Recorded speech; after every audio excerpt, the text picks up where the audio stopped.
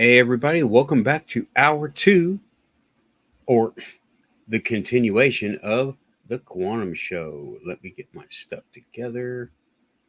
And am I live? I think I'm live. Yeah, says I'm live. Okay.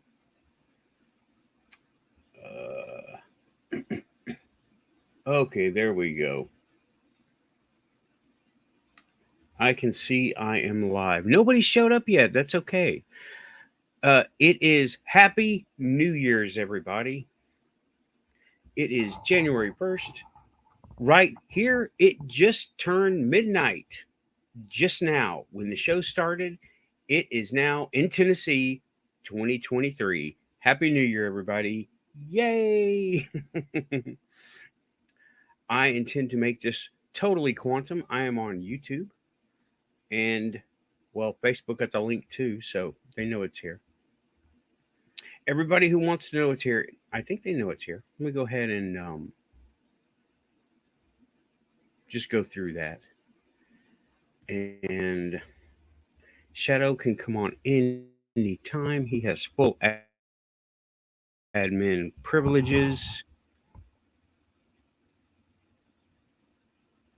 I'm going to go ahead and share the link to the 2023 show. This is show number 1 of the Quantum Show 2023.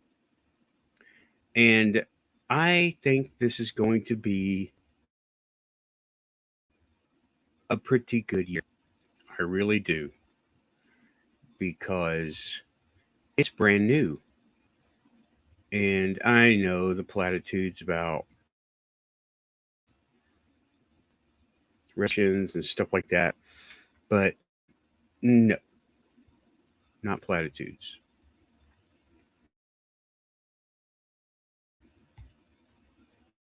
I never thought I would have a YouTube show, and I definitely not. Hey, Bo Paints. I definitely didn't think I would be doing it over the topics. Oops, like this. Okay, never in 47 years. Okay. Thank you, Bo Paints. I'm copying links and passing them out as needed. Let's see. Hopefully that will work. And to get really laggy,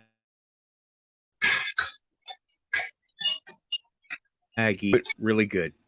That was 4 hours ago. I was on Goof On. I will be leaving a link after the show. And I hear noise. Yeah, I'm outside in the rain. I'm just out to have a smoke. Okay, then I'll be upstairs. I'll mute my mic. Oh, no big deal. I mean, it's fine. It was scrambling itself. I heard all kinds of robot noises. But yeah, I wonder if that's because we got some people in the house singing karaoke with a wireless mic. I wonder if that's messing with it. That can definitely do it. Okay. Yeah, well, I saw you on the last little bit of when I had Goop on my phone over here. And okay, link is on. It's about to be on Facebook. And link is going to be on Twitter. I'm going to turn Facebook off. It just lags me down. Oh. Happy New Year, Shadow. You too, man. Happy New Year, everybody. For me, it is 4 minutes past midnight. Oh, whoa. Awesome. Yeah. And thanks, Bo. That was a really good show. It rambled all over the place, but everybody came in that I wanted to. Wish George could have come in sooner. Wish you could have showed up. But it's New Year's Eve. People got stuff going on. Yeah. I almost bought beer. Wow. Yeah, the wife and guests that are here are getting drunk. They've already downed a bottle of Kahlua between the two of them.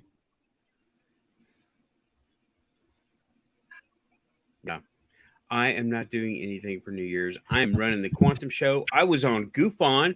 That was fun. And yeah, I tripped them out with my perspectives on stuff too. Yeah, I wish it would have went a little better, but I got there at the last minute anyways. But they welcomed me back. I'll definitely check out the show. And, you know, what does Goof On stand for? Two different things. Giordano's UFO Network or Greatest UFO Network. Okay. I'll be there. I'll definitely check them out. Okay. Yeah. I think you would jive with his version of stuff. Okay. Links are out to watch the show. Let's see. Is somebody trying to get in? No. Okay. But yeah, I want to goof on. That was cool. And I did my first hour, and I was talking about the big disconnect between science, talking about Bigfoot, UFOs, and ancient history and science, right? The big disconnect between the two. And that that big science, I say big science like big oil, big pharma, big science. What they do is they miss the point that there have been thousands of years of things happen for thousands of years, and they're discounting all of it because of no context. Yeah. That's the short of it, right? But okay, I'd put another disclaimer saying that I don't research things unless it directly affects me. Well, that's opened the door to a whole lot of stuff. Let's go over it one more time. I'm not bragging. I'm just saying this is my. People ask me for credentials and, well, what do you got to bring to the table? Alternate universe jumping, entities that look like predators. I don't know what they are. Spirit guides, Mandela effect. I guess that's alternate reality jumping. Hearing thoughts and people hearing my thoughts, all that stuff. And logically, in the Muggle world, as I call it, they would put me on meds. They would put me on drugs in order to heal me or get me to their aspirations of normalcy. And I am not going to do that. And that's one of the points I made. And the mysticism part of it, that's the missing part. That's the big disconnect. That was it. The big disconnect is disregarding thousands of years of things going on. By the way, nice hat. Thanks.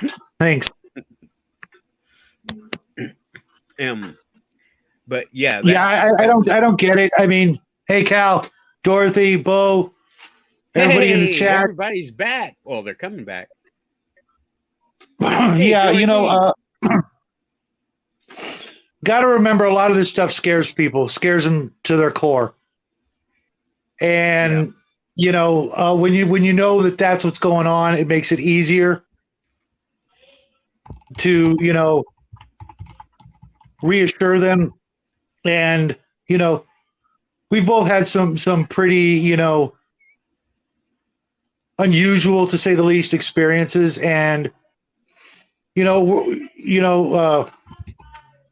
if they want to try and crucify us for trying to find answers, then they don't understand science. Mm-hmm. They'd like to chalk it up to whatever fits their narrative, but that doesn't work for everybody. That works for them. Yeah. I'm going to look for my answers. You're going to look for your answers. And they really have no right to get in the way. They want to help. That's great. That's because a lot of these people have, the answers they're looking for, and they're going to stick with them, and new answers, get in the way of that. And that's not how science works, Right. Yeah, they're going for comfort, not science. Mhm. Yeah. And we've seen quite a bit of that, and that didn't give me any comfort. And I'm No. still looking for answers. Yeah. I'm going to do whatever it takes, to find those answers. And even when I find those answers, that's not going to stop me from, double checking. Right. And, And if we come across some new info, we're going to check that out too. Yeah, new info. I don't think I'm going to be looking for answers, because that would imply to me that I am uncomfortable with a situation. For in my head, I'm not uncomfortable with it. I mean, I got spirits in the hallway, spirits in the backyard, spirits in the thing in the church across the street, spirit guides, people talking to me. I'm jumping realities. I never thought this would ever happen.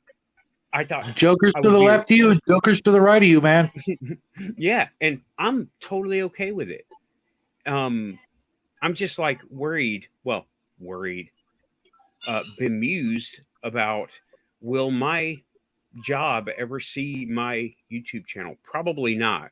I'm so far out of muggle born stuff that I might as well be science fiction.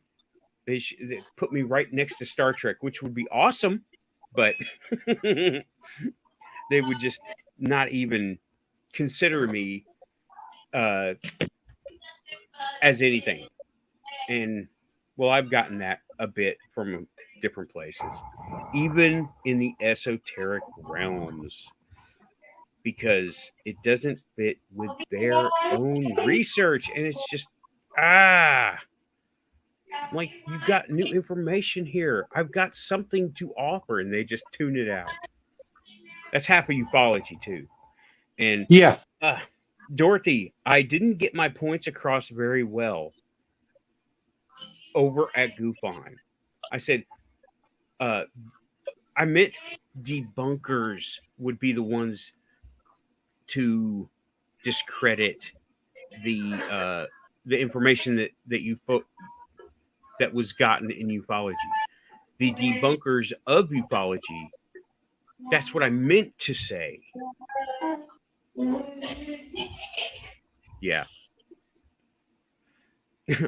They don't. Bo, are they scary? Are they scary? That's what I didn't make a deal with any of them. I said, they're there. Are they scary? Not really. Not to me. I mean, they feel weird, but they don't scare me. They feel weird, but it's that different feeling that people feel, the shivers and the hair standing up. And I was feeling all that. But then I logically plugged it in, saying, no, this is not fear. This is weirdness. And I kind of associate it with static electricity. Well, Bo, I'm sorry they scare you. Yeah, I never got to say the debunkers, though, Dorothy. But I'm glad I made an impression enough to go on Rich's show with all the real YouTubers. He had me on there with people who make production value stuff. And I do a blog. Okay, Well, Bo, you can't explain it. Do you need to? I don't need to. But do you need to? I suggest, let me put forth this out there. Do we need to explain it? Do we need to understand it fully at any given time? Okay. We understand rocketry, right? You got a grasp on rocketry. Do you understand fuel air ratios, how they work, and the pressure and the cool and the heat? And do you know what a heat exchanger is? Are you in the, hey, Amy? Yeah. Yes. Okay. I'm sorry. Let me break away. Amy, it was great over on Groupon. I had a good time, and it was nice to be with all you real YouTubers. It was all of you guys and me, people who have like all the big productions, and then me sitting in my action figure cave. But yeah, it was good. And Happy New Year again. Thanks for coming back, Amy. Oh, got somebody coming in. Dorothy. How's it going, Dorothy? Nice hat. Hey. She's got the hat that wins them all. Thank you, Amy. Hey there, everybody. Happy New Year. Happy And New now, Year. now that I'm back from goof on and goofing around on New Year's, now I can do all this, and Yeah, we just- get that out of there. And there's a certain guy who keeps complaining about someone who makes a comment about one bad ball. I yeah. got something to say. Stop complaining about your one bad ball. I was born with two bad balls, and I'm still here. Okay. There we go. Now I feel more. Alrighty then.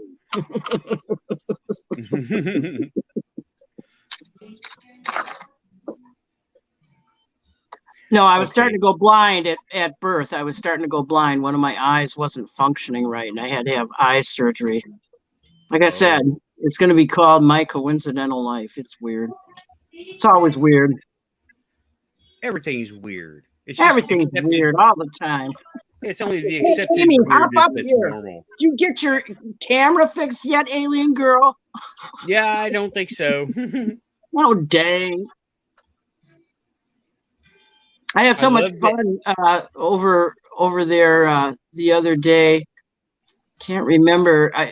Were we at Alien Girl? Yeah, I think we were at Alien Girl, and she was having her extended show, and Kashi Chris was there, and everybody's up on the stream, and that alter ego Olivia de Havilland showed up and made 100% wrong proclamation about what Akashi Krish had just accomplished, but it spoke to the split between people living in the 3D and living in the 5D and sort of disbelieving the experiences still, not really trusting their instincts too much yet. But Akashi Chris has keen instincts, and she keeps going, oh, but what does it mean? What does it mean? Akashi Chris, pay attention. That's what Olivia de Havilland had to say the other day. She was 100% wrong. Chris didn't predict it. I was in the wrong place on the chat when I saw it. So I spoofed myself. It was really good. I still need to go back and watch that one. I wasn't there. I wasn't there. I missed that show. My schedule was weird for the past few days, and I tried to make all the shows, but I just couldn't. Well, I always keep missing Olivia de Havilland by a feather. So what can I do? Yeah. But Try again next time. Everything happens for a reason, and at least that's what I stick with. And maybe it just wasn't the right. Stars weren't right or what have you. Just don't give up. That's when you lose, is when you give up, no matter what it is in life.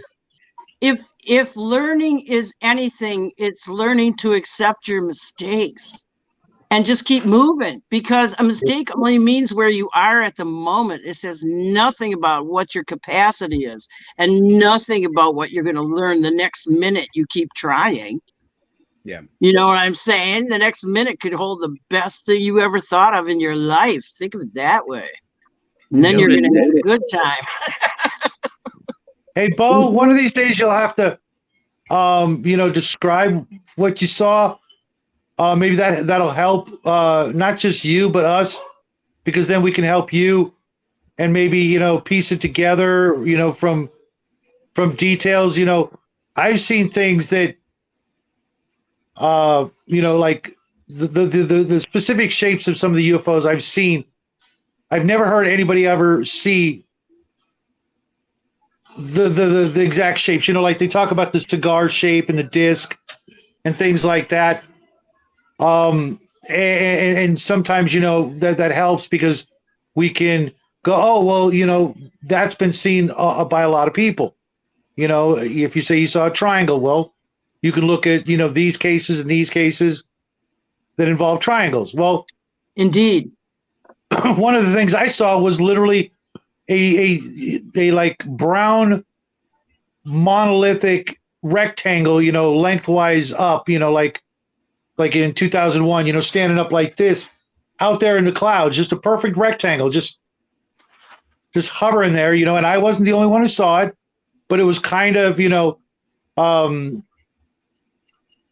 camouflaged within some clouds as the sun was going down, but everybody could see it, in my backyard. And yeah.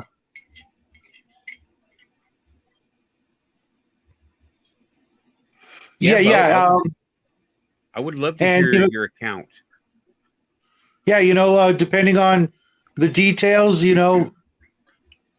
maybe it'll jog more memories as you describe it, because sometimes when you keep things, bottled up, they stay the same. But as you try to describe it, you can unlock some of those memories and maybe pull out a couple other details that never really looked at a certain way, and other people will be like, oh, you know what? I know so-and-so saw something like that. And then you can listen to their account and, maybe that'll help. Yeah. Bo just put in there, they look like a star that does not twinkle and cross the sky. Okay.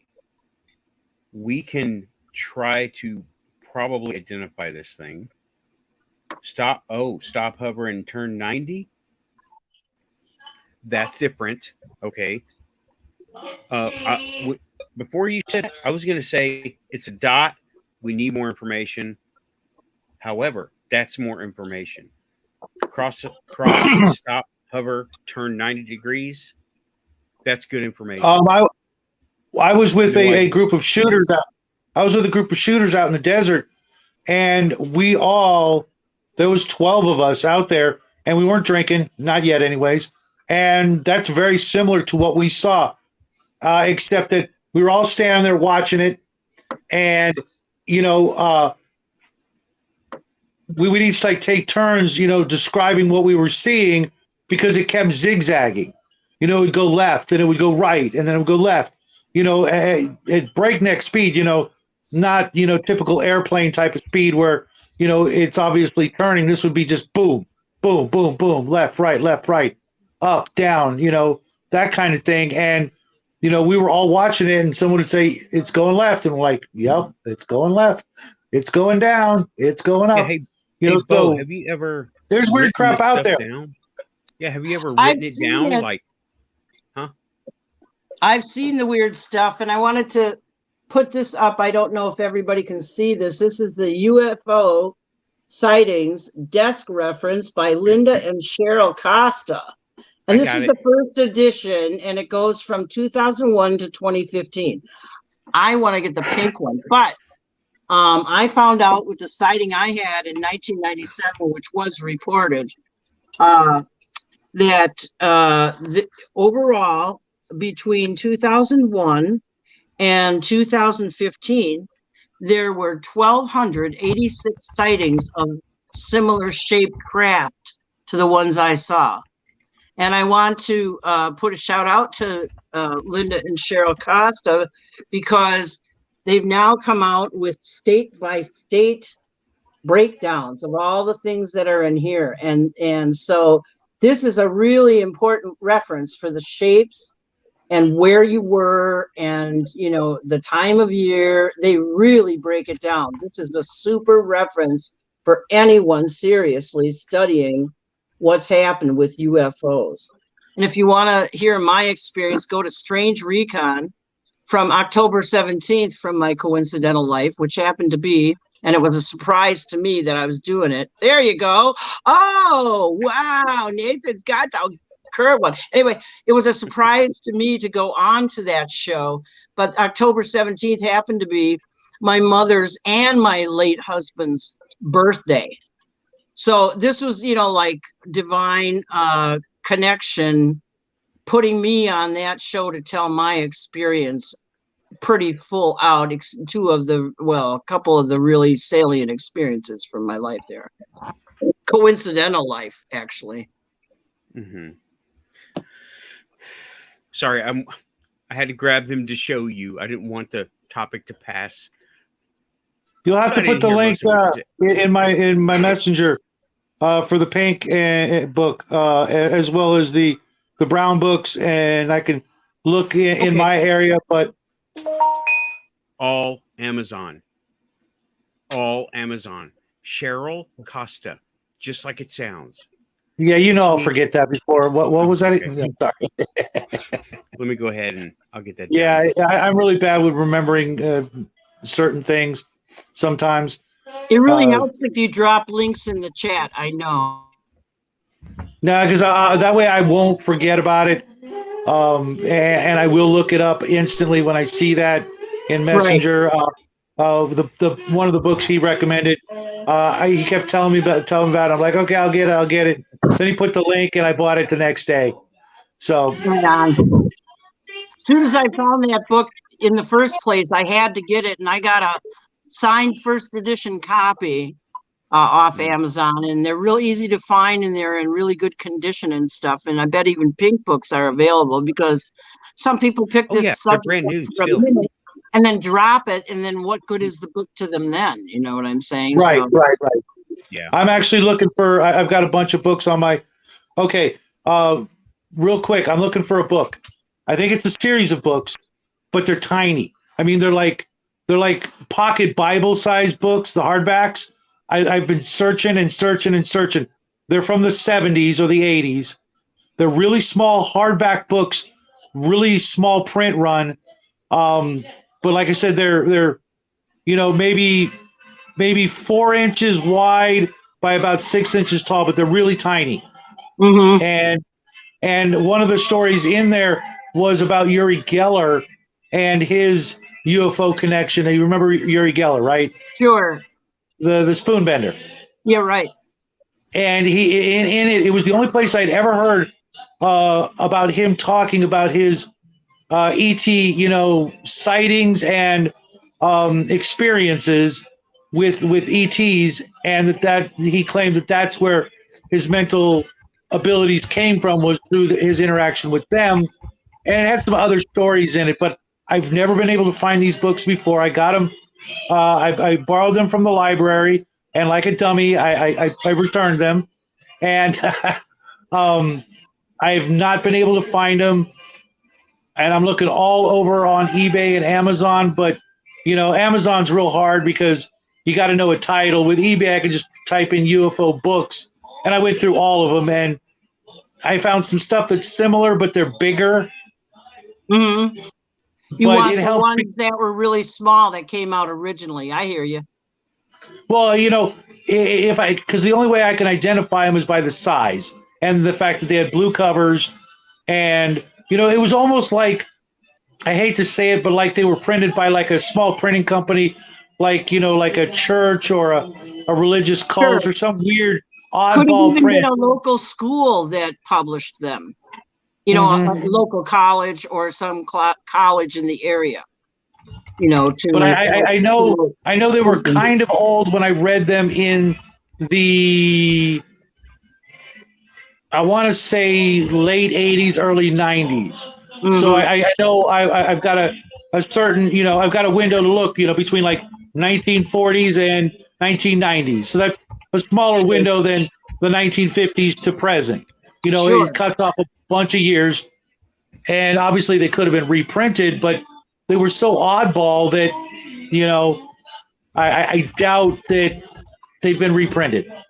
It's like my original copy of Dianetics by L. Ron Hubbard, with the staples all rusted in there, and you can Right. have it done on a typewriter, way before Scientology was ever a thing. They should have just kept the Dianetics and dropped the Scientology. As far as I can tell. that book's probably worth a fortune to the somebody Scientology. got it. I didn't realize it at the time, and I let it go. So I figure it's spreading the knowledge around. It's the same way I figure when these people came, when my son was young, and stole all our laundry out of the dryer. I said, Joel, those people must need those clothes so much more than us. Let's go get some different clothes.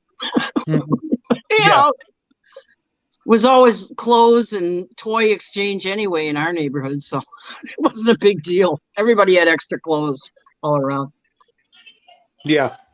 Well, it's always good, for the karma to donate and let go of things when you have the opportunity and you can afford it and things like that. Helps to reframe an experience too. That could have been pretty bad had I had a different reaction, but I knew I was teaching at the moment. It was a teachable moment, definitely. Yeah, it's all how we look at stuff.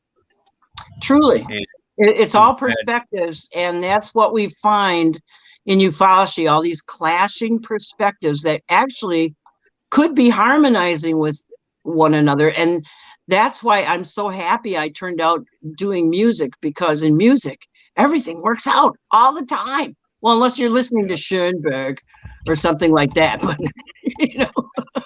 Yeah, well, the bad guys don't want us doing that. Yeah, well, too bad for them. We all have voices, and a whole lot of music is free to play, free to publish, free to do anything you want with. So, and it's the people's music, so it belongs to us, just like languages belong to us. So does the music of our cultural heritage through time.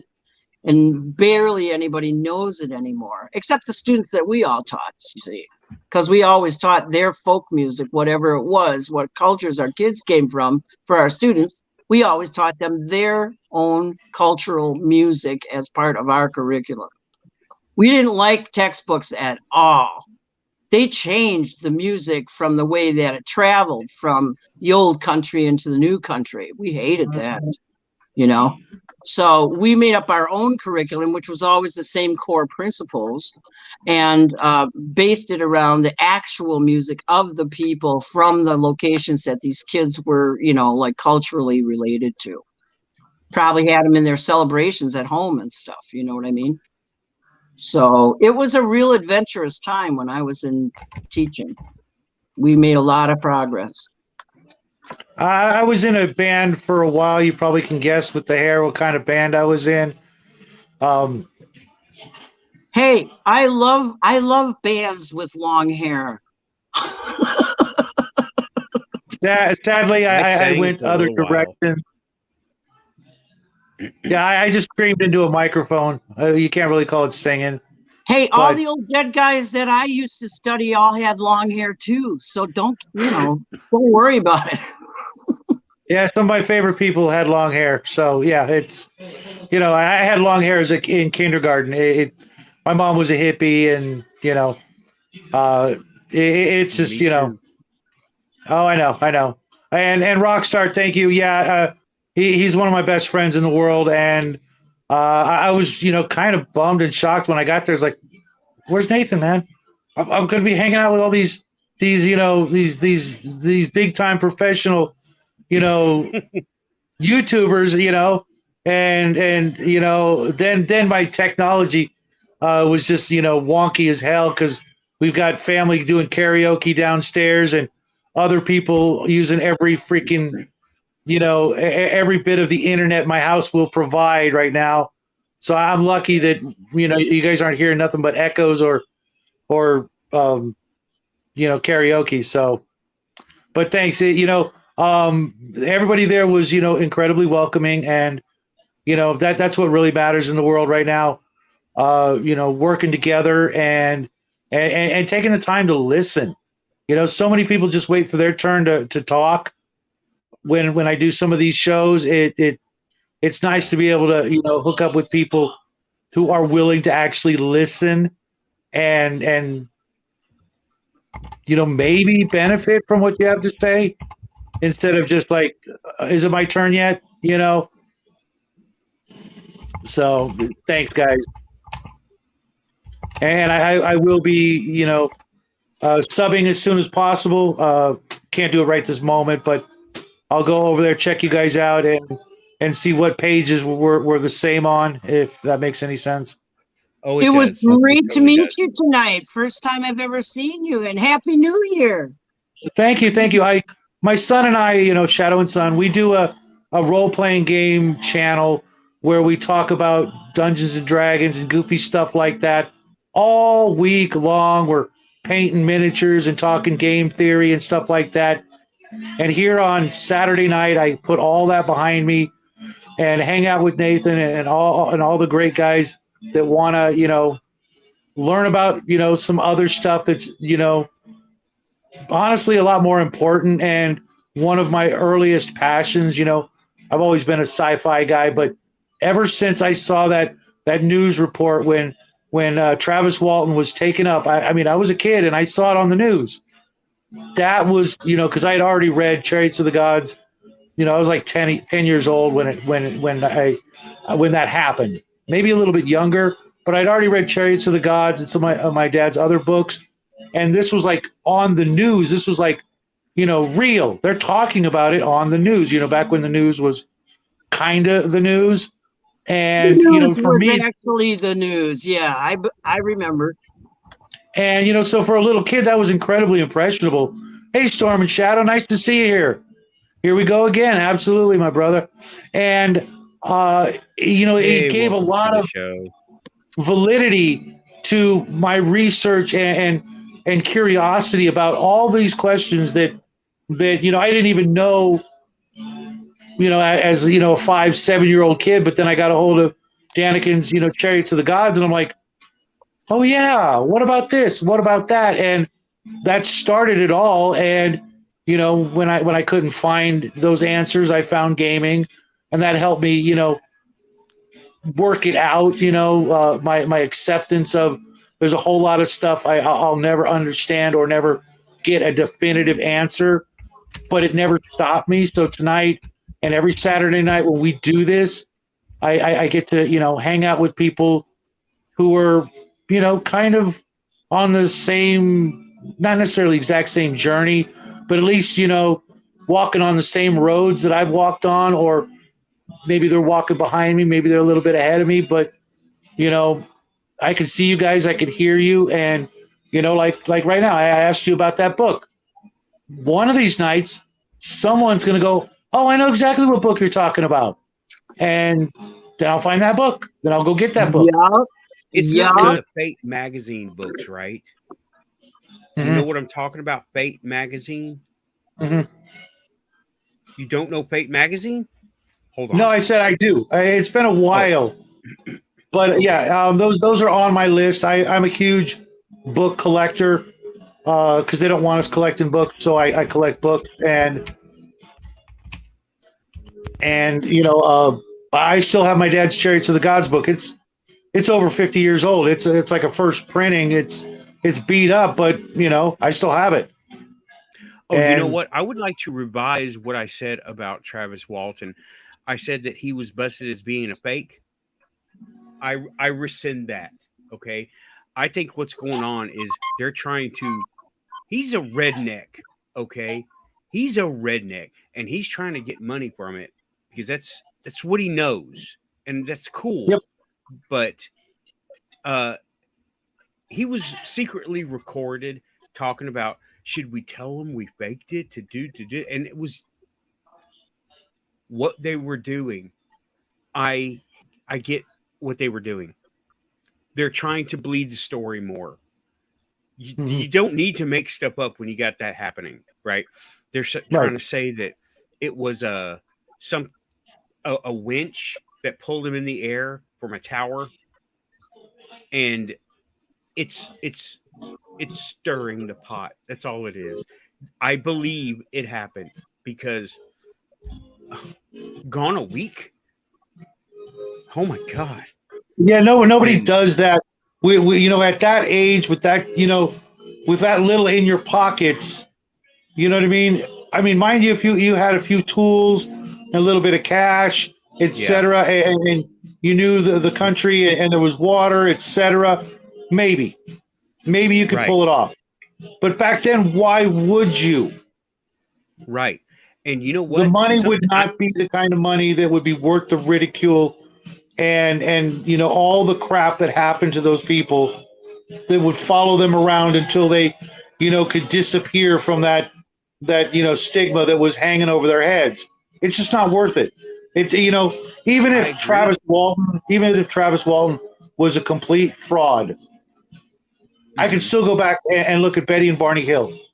Yeah, Those two but I don't. people, Yeah, I don't think any of them were frauds, but I think they tried to milk it a little too hard. That's all. maybe, maybe. But there was another story come out. I believe it was last year. Dot. Do you remember the skier that went missing on the slopes? He was in Canada. Skier that went missing on the slopes. I'm not sure. Refresh my memory, will you? Okay, he went missing on the slopes, and he was gone for over a Uh-huh. week, and he was found in California. Oh, I do disoriented. remember that story. Remember Yeah, that? that made me was think. amazing. Yeah, That was it's amazing. still- And how far was it from the place where he Well- started? I think it was 1,800 miles. Oh my God, yes, I do remember that. And Yeah, and that- how long was Yep, he missing? A month, A you week. say?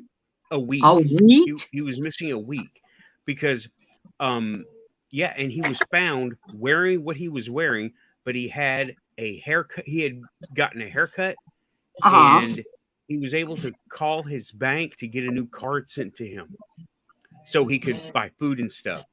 Oh, so But that's how that they found came- out he was alive? Yeah, that's how. Okay, Because that's he right. was. You know what I want to know? Where are the skis? Indeed. Where are the Yeah. skis? Because they came up with some story. I don't even know where this story came from. They said that he remembers. Okay, he remembers Mhm. being in a truck or being in a vehicle and hearing people talk. That's what he remembered. And yeah, I need to get a link to that because people were saying that he hoaxed it, but That was a it's very never- trippy story. Whenever it's so unbelievable and so outside the norms of what most people experience as a missing person or whatever, yeah. And this it's guy, like, and there's no explanation. It's like, oh, it's got to be a hoax. Well, no, not necessarily at all. no, things happen that we don't get all the time. We don't understand it all the time.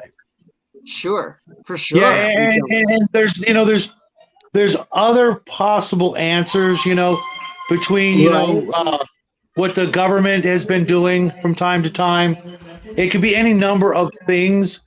It could involve Could have been a hallucinogenic drugs. distraction from something else that they were doing so that people would pay attention to that bizarre story of the man showing up in California after a week when they were actually running some operation, blah, blah, blah, blah, blah, whatever. Right. Yeah, I hear Right. you. Right? Could have been something like So- that. But he was taken literally off the slopes while he was skiing. All That's his bizarre. ID cards. Yeah, I mean, if you think about it from was there. if you think about it from an alien perspective, it's like, let's find the most challenging, human to abduct. Hey, look at that guy. He's moving across the snow. Let's grab him. You know what I mean? Hey, let's check our tractor beam, man. No. You know what I mean? They could have found, that. To me, that just seems like really, really, really, really weird that they would go for that guy. But then again, maybe they have a sense of humor too, and Yeah. it's just different from ours, or maybe it was something else, or either He could have been way. a prime specimen for their hybridization, whatever. If it's aliens, it could have happened that way. Because Yeah, it maybe. seems to me like the genetics of the human race are way bound up in mythology and every other place with Yeah. the aliens. Oh man, yeah. There's something about us. There's Right. something about us that makes us special, and I mean, Well, what if we're I all don't hybrids? necessarily. What if we're all hybrids? Because what they did way back then was give us a big upgrade to allow us to think, because our prefrontal cortex is a little bit unusual, and I heard some geneticist or something talking about how there's this weird gap, and it's not very long, and it's not long enough to have evolved naturally. Yeah, I heard that. I heard that. I heard that mutation just the other night. Wow, we must have been listening to the same video. Could have been. Because I heard that just the other night, how the amount of time that it would take for us to evolve from one thing to the next was too short a period in the way evolution has worked with every other creature on the planet. Correct. And then when you think about every other creature on the planet that's been around for millions of years, they haven't changed an iota. Right. You know what I mean? Right. Dogs have been dogs or wolves. They haven't changed enough to be considered, wolves and dogs, in my opinion, they're the same. Right. They're a little different, but they haven't changed enough since, the last ice age or before. Mhm. Like we have. We changed so drastically in comparison to all other creatures on this planet. Dogs are still dogs. Giraffes are still giraffes. Horses are still horses. There's no sign of them evolving at all that we could notice. They're not starting to use tools. They're not, doing anything different at all. Yeah, Right. not on a big scale. Some Right. do, but it's the individual basis. They're all flukes. The ones that learn to do that stuff, it's a fluke. Exactly. It's more like it was a planned thing for the whole population somehow, or Right. whatever. Selected few of the population to do this to, so that they, whatever, could actually live here. Or, I mean, the impressions I get are always colored by the lenses of my experience and my cultural background, my religious background, my spiritual beliefs. What have I studied? What have I experienced? It's just like every single person is waking up to their own version of all this. And that's what's really weird about the pandemic. It forced every single person on the planet to sit down for a minute and take a look around them and realize the little hamster wheel that we've all been running on mindlessly, just going along with everything that's been set before us long ago. Yeah. And notice so many are still accepting it. They're still accepting the hamster wheel. It's easy. I'm not that new to being, aware of all this, and it takes a long time because it's a personal journey too. It's not just a collective journey. It's a personal journey for sure. Yeah. And that's why I am maintaining that the UFO Disclosure Project will never have anything to do, because as a society, it won't happen. It's personal. It's totally personal. Correct. And people work, in front or behind the scenes to do whatever they can do to, make the disclosure happen, realizing that it's a long-term project. Imagine how many people there are on the planet to wake up, for heaven's sake. Yeah. Y'all, the chat is on fire over here. Yeah, can I address a couple of people real quick? Bo, I kind of look at it like both, not either or. And I don't see why it can't be both. Lovey love, you definitely work on the pineal gland. If you've got techniques, use them, work on them. Changing your toothpaste to the stuff that doesn't have calcium in it, I hear is a good way to start. Filtered water. Filter your water. Can you hear the karaoke in the background? Big time. Definitely. Yeah. Oh, sorry guys, I can't do anything about that. We have guests and copyright strike. Yeah, if they can actually pull that out, you know what I mean? Good for them. And I think it would go under fair use because it is karaoke. It is, and you're wearing a 2023 hat. It's pretty obvious this is the New Year's show. The title of the show is It's 2023, and it's karaoke. Yeah, that's right. That's about right. Karaoke. Everybody parroting somebody else's prose or rhymes or something. My son's best friend is here, and from out of state, and they're staying with us for a week. And that's my son's best friend's sister singing karaoke. She's 12, so I'm pretty sure. Yeah, there's not a dang thing they can do about it. Oh, honestly, if they don't practice that way, they never get to the originality. So it's awesome that they're doing it. Yeah, it's just that I like the Weird Al version of that song better.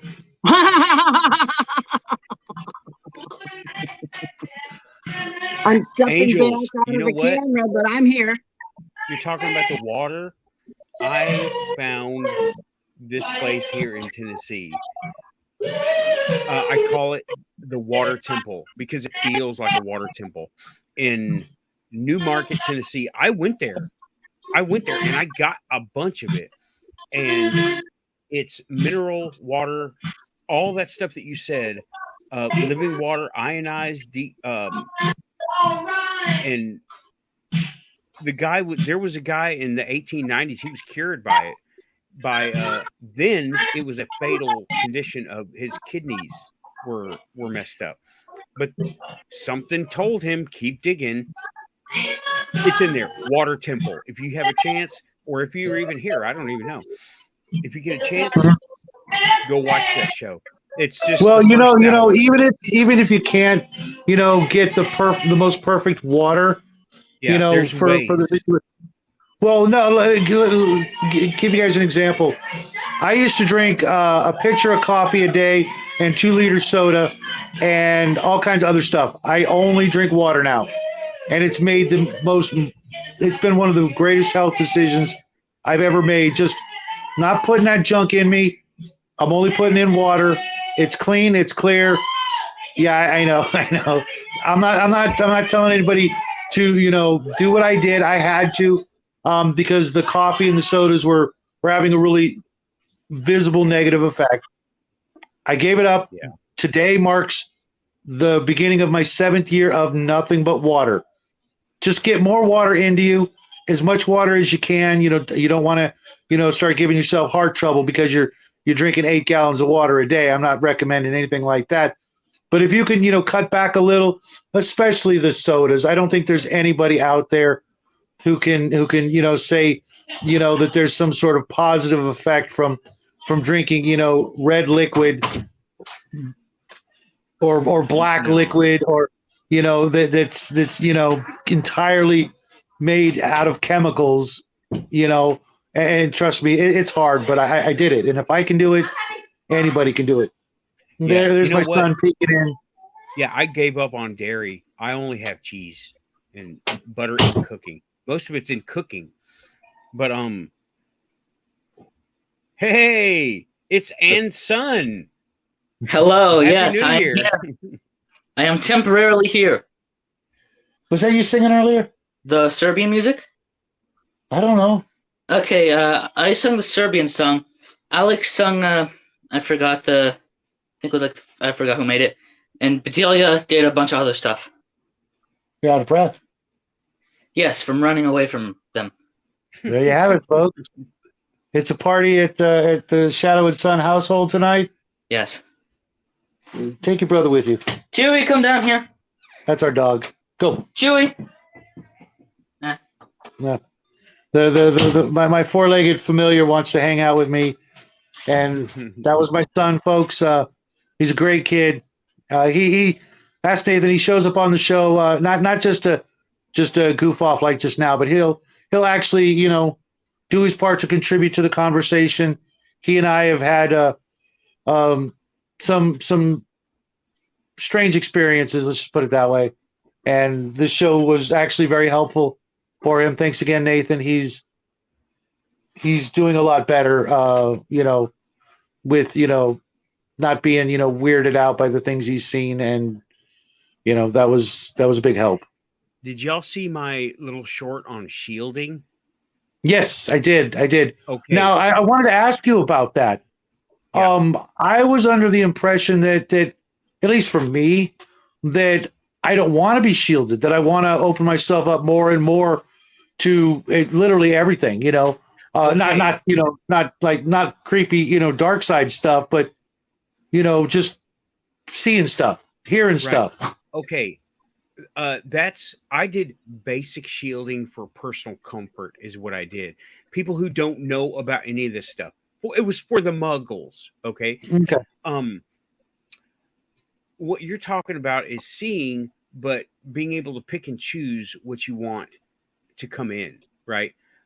Mhm. Like being able to perceive it is what you're talking about. I think you Right. don't want it to be able to get to you and influence you. That's what I was going for in there. Like, Okay. I actually Maybe do. Huh? Maybe I missed that part. Well, that was chapter 0 of shielding. Shielding is very complicated, right? And it can be as complicated as you need it to be, or it can be as simple as you need it to be. Like for me, I know how to differentiate between something coming in that I don't want. Like we vet people coming into the chat. We look at them, we look at their profile, we look at what they've done, right? And I can kind of do that with whatever energy I'm feeling around me. I can feel it. Is it something I want? Do I want to deal with this? Or do I want to interact with it? Okay. I guess this is kind of an empath thing. The video was for new people who are just discovering this stuff. Gotcha. I've been doing this. I realized after watching all the videos for the beginners, I think I've been doing this a long time and just didn't realize it, because me and my sister, ever since we were kids, we've been able to finish each other's sentences. And she still does it. We still do it. We have always done that. And to us, it's just, that's the way we think. I'm starting to think that we have a line of communication going on, and that we're through each other's firewall. We have an exception granted. Now, the shielding, yeah, you want to see it, but you don't want the bad stuff to be able to hit you. You know, you don't want anxiety. You don't want that. You don't want depression. You do want awareness, but you don't want to be affected by stuff that you don't know what it is.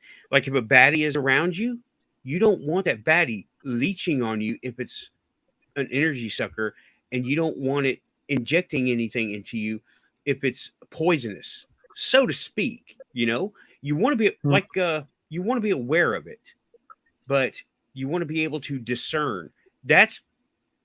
I'm finding that's a pretty advanced thing to do. This was that video was guard against anxiety, depression. So it drove up my blood pressure. And I would, before I remembered to do it, before I determined what it was I was doing, I would go shopping with whoever, and I would have to leave, get out of the store, because I had anxiety attack. And I told my sister about it one day. I told her what would happen. And she goes, "That's an anxiety attack." I'm like, "Huh, it is." I took psychology, and I didn't put 2 and 2 together. I thought it was just me being silly or me having an adverse reaction to being around people. It was, but it was on a level that is not in the textbooks. Was it simple could have been anxiety, or was it more or less being so sensitive to the states of others around you and being in a crowded sort of place where it was all kind of, hitting you all at once? Because I've had that happen. I think it's both, because I think it was anxiety brought. Let me tell you, it was throat tightening up, having to that kind of breathing. Yeah. My blood pressure would go up. My veins would pop out in my hand, and I would start to see spots like high blood pressure and headache, and all the little body aches that were in the background started to come up. Shakiness. Sure. Nathan, remember the other day, and you had some weird experiences at the grocery stores and stuff? Which time? Yeah. Let me see. With the people you were bumping into. Oh. The aliens or that time, yeah. Okay. Okay. Well, maybe what you were experiencing was a sort of a precursor to, you know, being able to notice them better. Maybe your body was picking up stuff that, and that was the only way it could Oh, tell you. You know what I mean? Maybe that was the like non-human first report. level. Yeah, maybe that was like a first level version of that. You know, your spidey senses were not, you know, as well attuned or something, and your body was saying, "Hey, there's weird stuff, you know, coming up down the road. Maybe we'll just go over here instead." And to get you to go over here, your body decides to, you know, make you uncomfortable before you're even more uncomfortable. Right. Your Maybe. anxiety might have Yeah. been a way for spirit Self to let you know self-defense. that that wasn't the place for you at that time for some reason. I've Yeah. had things where I'm very punctual as a teacher. I was always had to be very punctual, and so when I got delayed by 10 or 15 minutes, I was always kind of quiggy about it. But it did happen occasionally, and Mhm. more than a couple of times when that happened, I learned later that had I traveled at the time I was planning on driving, there was this terrible accident on the same road that I was trying to travel on. You know what I'm saying? So Yeah. weird coincidences do happen that way too, where, you know, it seems like such Yeah. an odd thing. And why would it just hit you, you know, out of nowhere for no reason? Yeah. Based on Well, what? Nothing, you know. So I always try to look at things in more than one way because it's very difficult to understand it if you have one fixed way of looking at stuff. You know what I'm yeah. saying? So, It's cross-referencing. I like yeah, cross-referencing. exactly. I love Real quick, I cross-referencing. wanted to say something to Bo. Bo, um, no, it wouldn't. I'm speaking to this comment here. Would you do anything at all to risk those wonderful kids of yours not being born? Everything you've done up until these moments were to make sure that they're here. And I know from watching lots of time travel stuff, I wouldn't risk moving one little grain of sand if there was even a billionth of a percent chance that my son that just walked in here wouldn't be here because I got a do over. There's nothing worth trading for that. No matter how bad something was in the past, I'm willing to go through it 100 times over to make sure that little guy is here with me in my life right here, right now, exactly the way things are. So, you know, we've all had crappy things happen, maybe even horrific things, but those things are what make you who you are. Those are all part of all the wonderful things that make you who you are, have to include some crappy things to make you who you are. Bo, I didn't see your comment until Shadow brought it up. It's hard to read the chat. But yeah, man, you know what? Okay. Can I I'm offer gonna one bit of analyze your wisdom for that person too? I have He's a my good friend of ours. I have my inspiration board, and I'm always writing inspirational sayings that, you know, keep getting changed. This one is an unknown quote. Says you can't reach for what's in front of you until you let go of what's behind you. I was about to go to that very point. I was going to look at your sentence. My life is full of regret. It was. Now it isn't. I want you right now. Look around you. Right now. Where are you? What are you doing? And what's good about it? And that's what is. Okay. Bo, you are at this point in time right now. You are not back then and you're going forward, but you are right here. And the good things are what are. That is the now. And quantum travel, guess what, buddy? You're here. You're already a quantum traveler. Welcome aboard. Okay. And Malachite, welcome aboard, bud. I don't remember if you've been here before. I know we've talked and spoken on all the game channels a million times, but it's so nice getting another one of us from over there to come over here and take a break from some of that stuff, and go a little deeper with this gift we've been given. So welcome to the show. I hope to see a whole lot more of you. And if you ever want to, be on the big screen with us, just like Bo and anybody else out there, if you guys want the link, there's always room for a couple more, until we hit, what is it, the 6 or 10 that the Nathan decides he wants to stop at.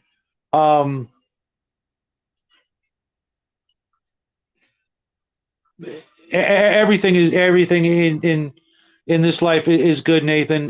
We may not see it now, but you will. One of these days, you'll look. It'll be one of your kids' weddings or the birth of a grandkid or something, and you'll get it. It'll all be worth it.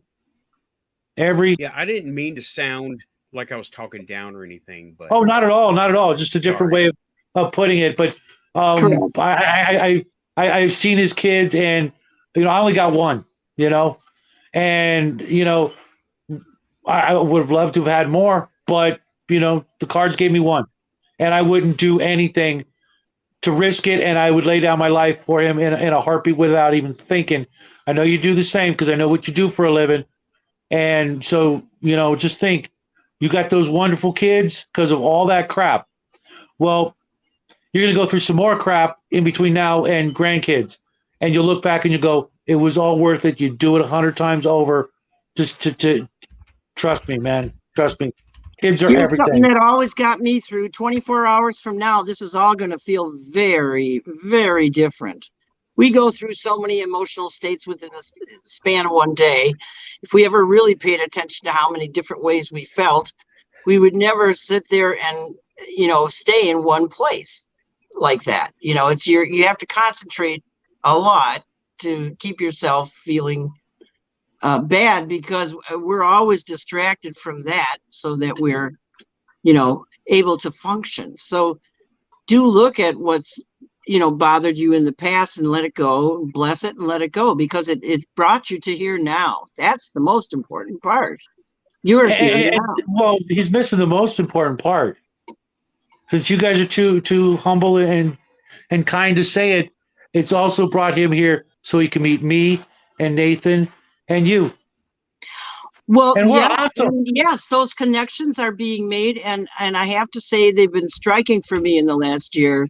I'm so grateful to all my online friends. They were the only friends I could have during the pandemic, and they really saw me through my son's passing in 2020. And it brought me to here where I am now, and I can goof around with all of you and have a whole bunch of fun talking about my most favorite subject in the world, ufology. Listen, Nathan, I got to cut out. It's finally time for me to rest these bones. But I want to wish you and everyone a very happy New Year. Be safe and prosperous, everyone, in the new year. Yeah, well, it's going to be better. It's only going to get better. You will. Bye now. God bless. Bye, you too. Dorothy. Bye-bye. All right. Oh, wow. I didn't expect to go there. Bo, thank you. Bo complimented the show. Said, yeah, Bo's a great guy. He to us as well. It's not just to the other people, who get to come and crack jokes with us. But like I always tell Nathan, this is you say, Bo, that my show is one of the high points of your week. Well, this show is one of the high points of my week. I can talk games all week long, but there comes a fill line, after Friday night, Saturday afternoon, I'm like,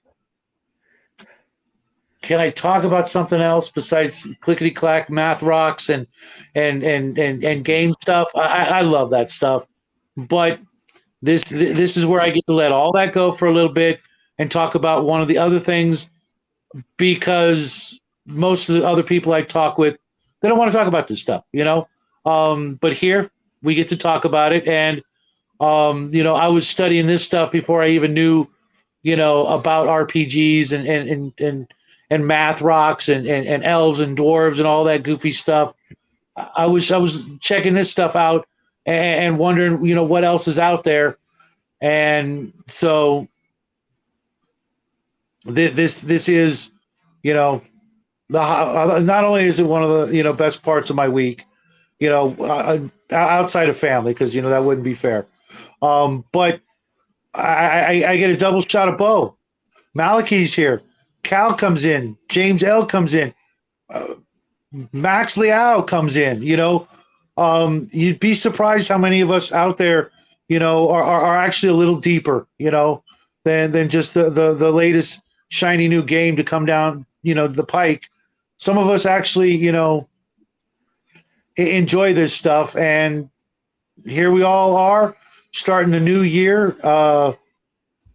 getting to do this. How lucky are we? How fortunate are we that we get to do this kind of thing compared to, what our parents and grandparents had to do without any sort of relief like this.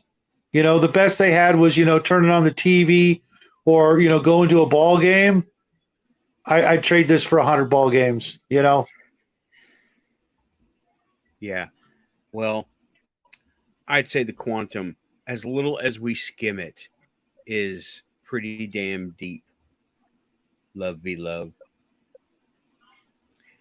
And yeah, I like this next comment too. I like that a lot. I like that a lot. And, Sure. But you know what? The Abyss can suck it. Not the Abyss bad. The Abyss good. No, okay, the well, Abyss reality. I think I know what you're talking about. Not that Abyss. Not the okay. not the Yeah. not the endless depth of depression and morosity. No, I think Nice means, word. like, thank you. That's like a $5 word there, man. You don't hear those too often. It slipped out of my pocket by accident. My bad. No. Never apologize for using a $5 word. It's those 4-letter words you got to worry about. Yeah. But yeah. No, I think she means the abyss as in like the heart of reality, not the abyss, the total depth of nothingness, but the abyss that is the core of creation. And we filter that stuff out. Oh, here we are, right back to quantum. Oh, I love saying that. And we are right back to quantum. But yeah, I think that's what she means. Because yeah, bringing light. Yeah, the other abyss can suck it. Because we're flying over it. Cal is fading. Sorry, man. You gotta let us know when you're here, man. Or I missed you with all the emojis going out there right now. Man. I hope you're doing well, Cal. And again, I really have to put you at the top of the list of people that got me here right now. You were one of the first people I met on the internet.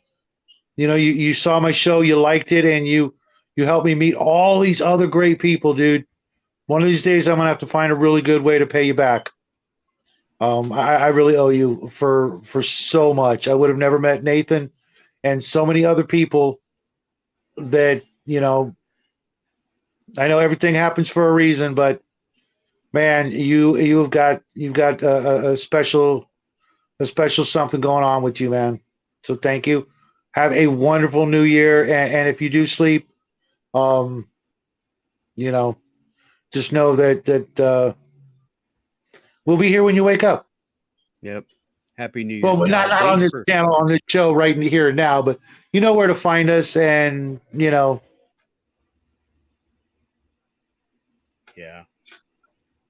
Have a good one, Cal.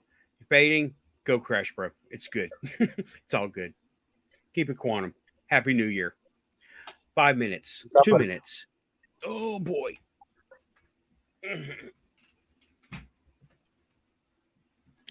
Oh, so I get to steal the show again. So tonight, no, I'm kidding. I'm kidding. I always do that whenever he has to do the bio break or whatever it might be. Nice, Cal. That's pretty classy. Okay. You just opened up a stellar bottle of wine. You got your girlfriend there. What are you doing here, man? Go have another glass and you know do those things that boyfriends and girlfriends do because they're boyfriends and girlfriends. I'm just saying. Happy New Year, and just enjoy the hell out of your life, man.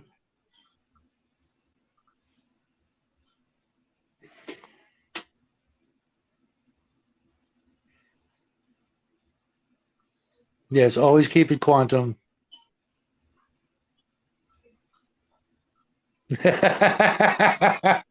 Malky.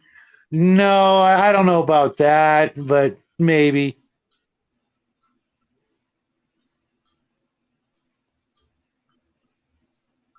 Yeah, I can't blame you, Cal. I used to be that way, but lately, sleeping is just not my friend. I'd rather be doing stuff. Know what I mean? Know what I mean?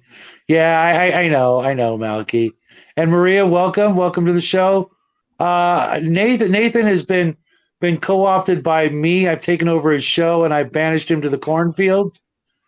Um, he's that's not him coughing off camera. But don't worry, he'll be back. I'll bring him back from the cornfields.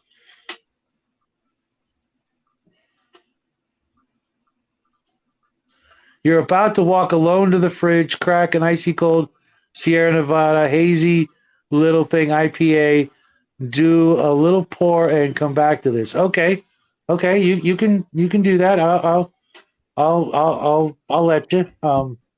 See, there he is, back from the cornfield. See, I'm not such a rat bastard. Here he is. He probably had to go get some more water. Hang on. Yeah, I don't know how long you've been watching the show, Love You Love, but a lot of the things, a lot of the things I've experienced were not Hey, Maria, the welcome like back. extraterrestrial or paranormal. I used to do some PI work back in the day. That's why I got to retire early, and some of the things I had to experience were pretty ugly. And the name Epstein will tell you all you need to know about some of the stuff I had to put up with and deal with and help people out with. And thank God I got out of that and I was able to retire and hang out with you lovely, wonderful people tonight. Are there circles in the cornfield? Please say yes. Please say yes.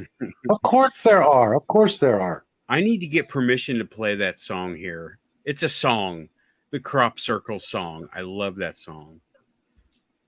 I need to get permission to play it. Rich plays it all the time. He's got permission. He had the guy on as a guest, and That's cool as hell. I'll find a link. Let me see here. Exactly, Maria. Happy 2023. May it be the best year yet for all of us and everybody else out there, even the people I don't like, which, well, okay, fine. Yeah, them too. We've all earned it. I'm just going to say that. We've all earned it.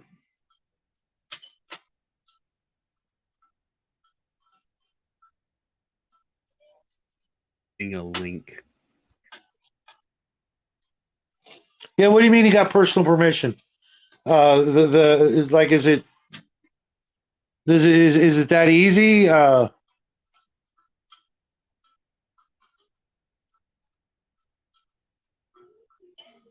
You're muted, and you're still muted. There you go. Okay. Yeah, sorry about that. I clicked it, but my mouse is wonky. But yeah, what you got to do is you have to get someone to send you an email saying you have permission to use this or all or whatever specific, and you keep it on file. And then if the question ever arises, YouTube will send a notification like you have a notice of copyright infringement, and you can say, I've got this email giving me permission, or this screenshot of a chat room or something. And you send it to them and they say, okay, copyright dismissed. But if you don't have that, then YouTube will step up and either and do something, demonetize you or delete your video or something, or something. I don't know. But that's that. What? Well, there are a bunch of things called Crop Circle song. Let me just get Goop on up here.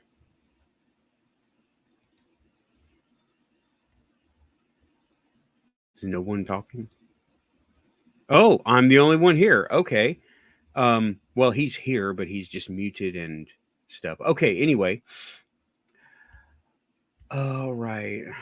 Yeah, he did. He got personal permission from the guy. Harbingers, that's it.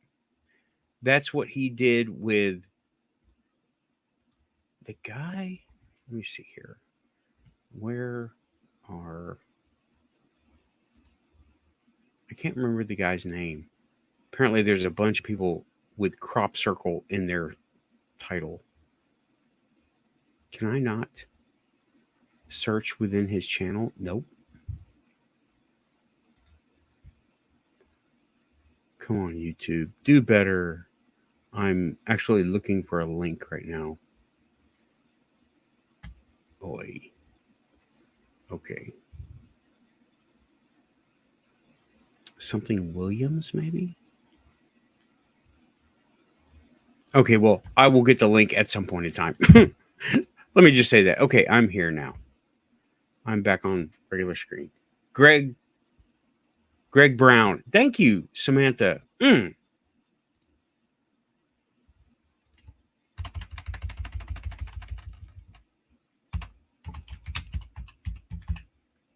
did I get Williams? Probably John Williams.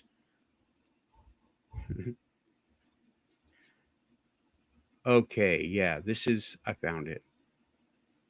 Radar Recording. And it is from 14 years ago. Wow. Cool.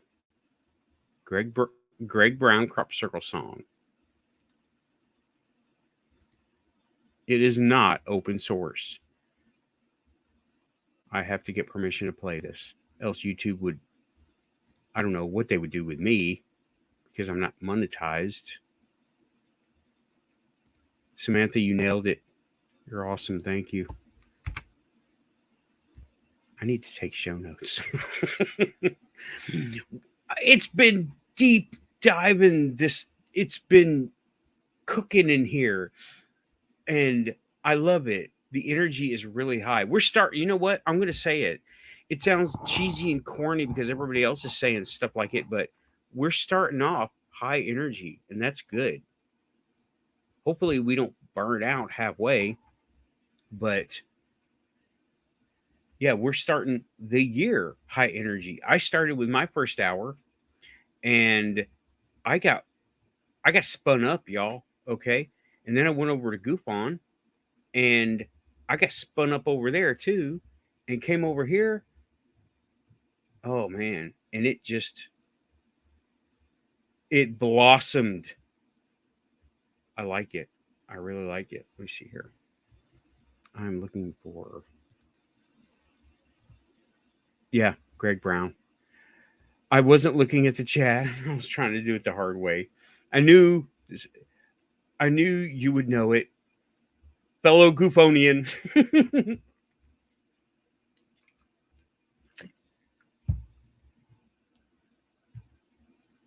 Okay, link is in the chat. And okay, yeah, we got great energy and things have just been flowing. Sometimes we have those stopping shows where it just kind of bumps along and we like get a hit, but no, it's just been this whole thing for hours. How many hours? 5 hours so far. A goosh all over the quantum reality. I can't do it. That was pathetic. I need to show that to Rich. Where are we at? 125. Okay. At 125, I tried to impersonate the Aguj and failed miserably.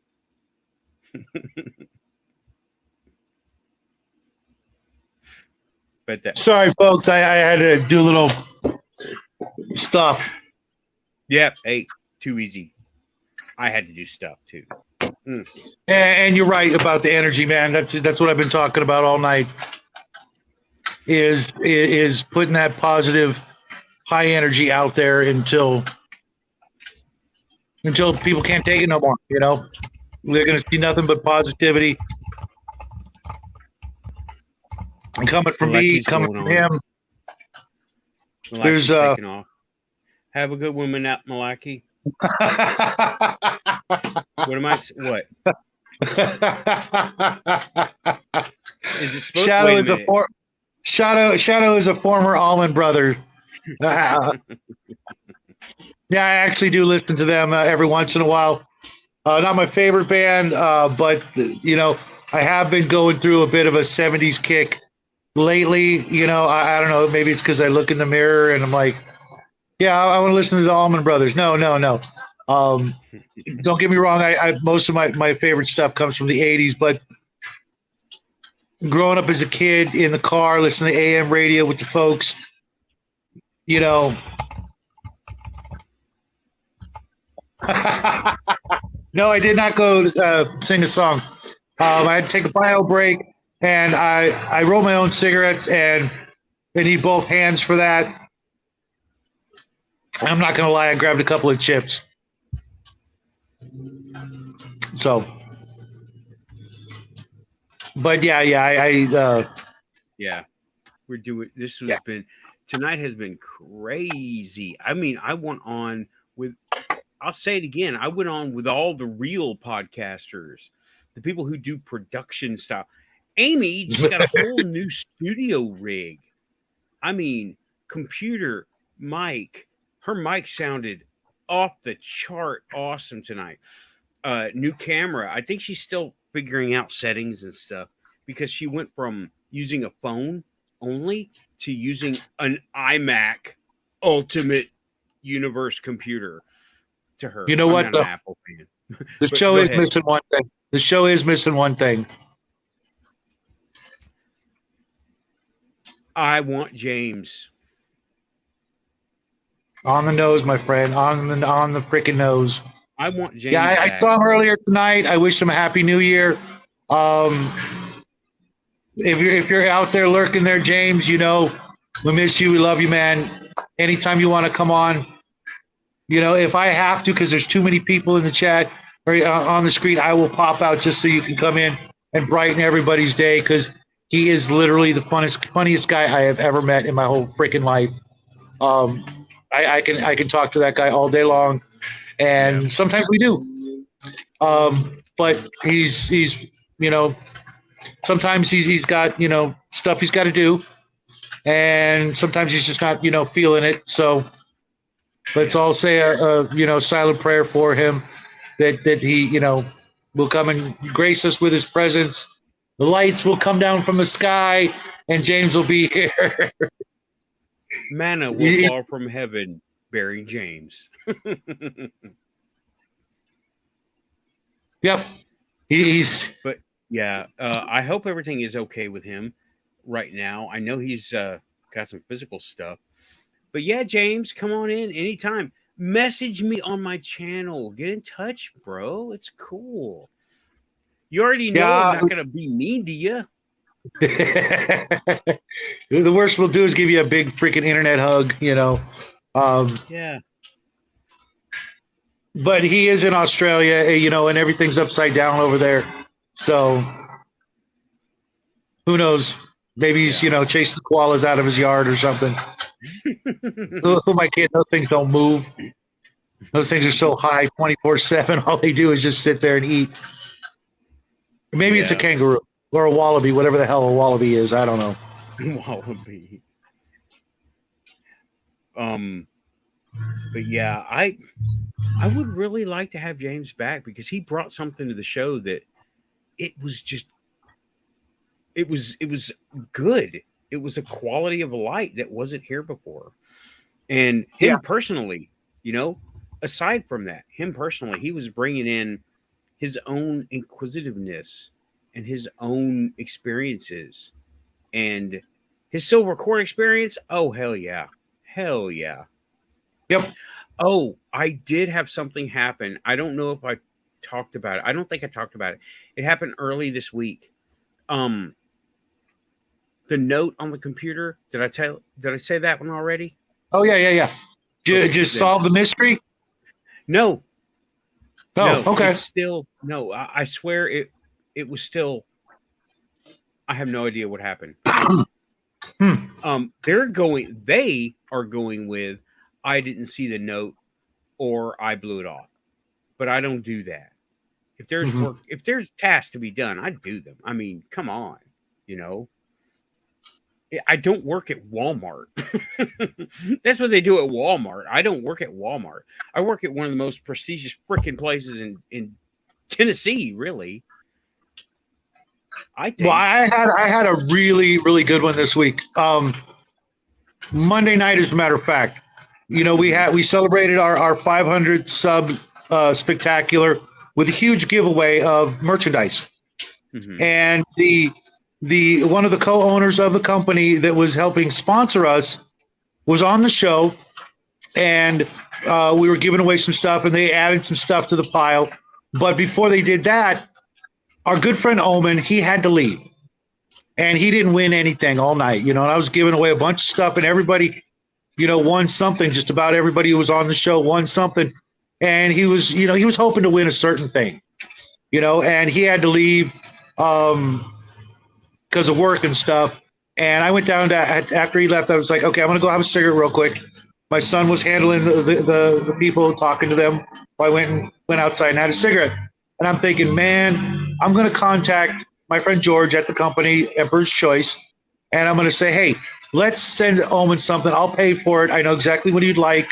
I'll pay for it, and I'll send you the money. Not a problem. Okay, I want Omen to, he's a solid guy. He shows up here and there and everywhere, and he's a great addition to the family community, whatever you want to call it. So I'm having my cigarette and finish my cigarette, go upstairs, and my phone's ringing while I'm on the show, and I'm like, crap, I missed the phone. I just missed it. So I scroll through it and I check, and there's a couple of text messages from George, the guy who owns the company that sponsors us. And he says, hey, he said to me while I was thinking it, hey, let's send Omen something special because he had to leave and couldn't hang out with us. And I was just like, dude, from California to New York, boom, we were both thinking the same freaking thing. And sure enough, Omen's going to get something special in the mail from the guys, and it's going to make his day. And I'm trying to be a saint, but Bo, it's not easy. You know what it is. It's quantum.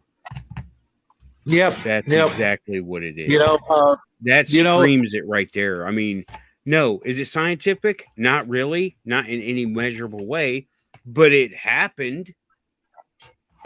It happened. I need to make a new one.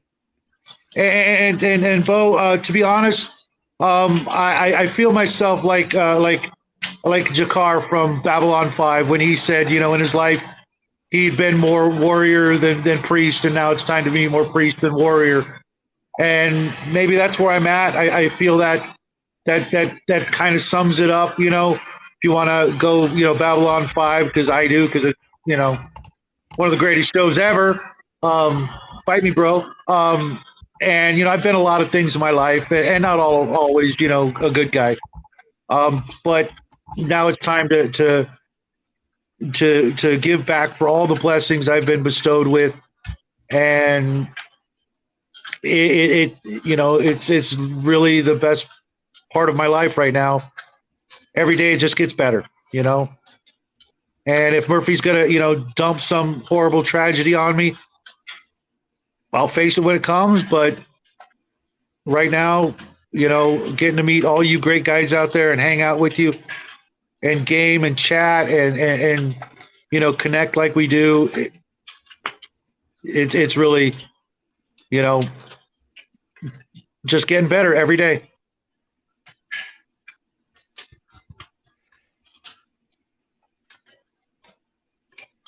Samo, I'm going to have to tag that to Rich so he can see how badly I butchered it.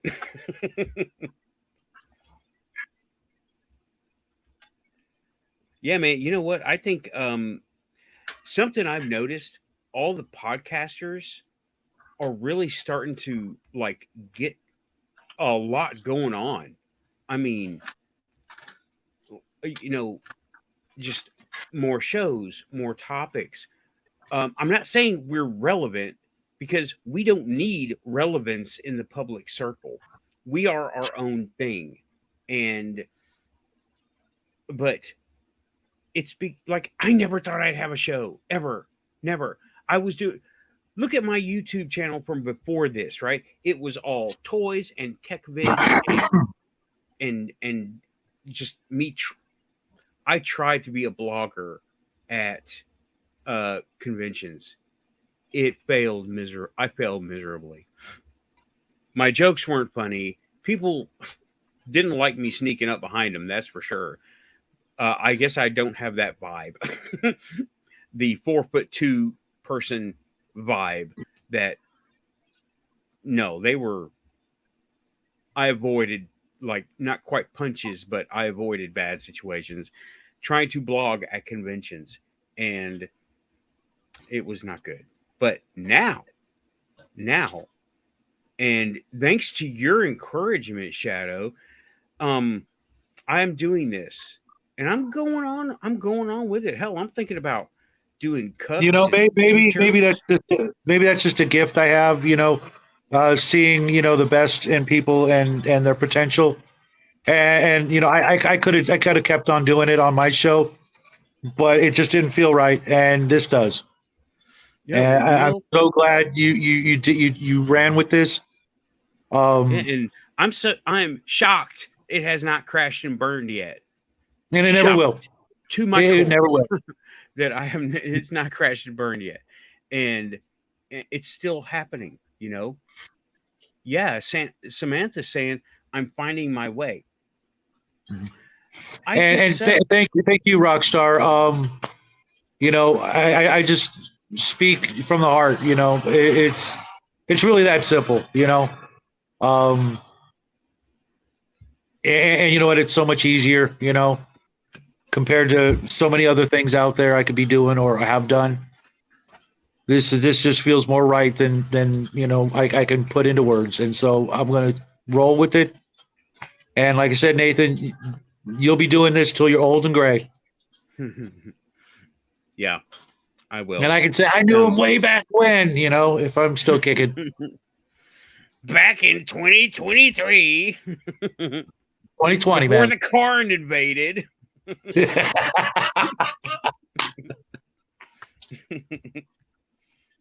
That's a Final Faction joke, everybody. It's toys that I mess with. We both do. As a matter of fact, I'm going to show off my creation tomorrow. Okay, I want to see it. It's more of a paint job than anything, but I did what I did what I'm good at, and It looks pretty spiffy. I'm happy with it. I'll be putting it on the shelf for a while till it gets dusty. Then I'll pack it away with some of the other stuff. You know what? I might even just give it away. You know what? I might even just give it away because I can do it again. You know, because Yeah. with all the giveaways, we're going to try and pack a little craft or something that we made on the show to somebody out there so they can put that on their desk and, you know, every once in a while go, oh yeah, I got that from Shadow and Son. It's an exclusive. Yeah, well, one of a kind original piece of art. Yeah. There you go, Poppycock. Samo. Link is in the chat.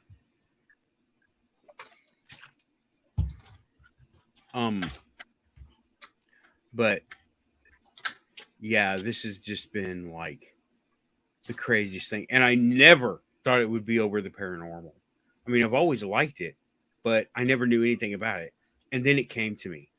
Literally. It came to me in such a big way. I mean, it just when I started, the spirit guide did it, and I was like, oh my God, I'm not crazy. I went through that.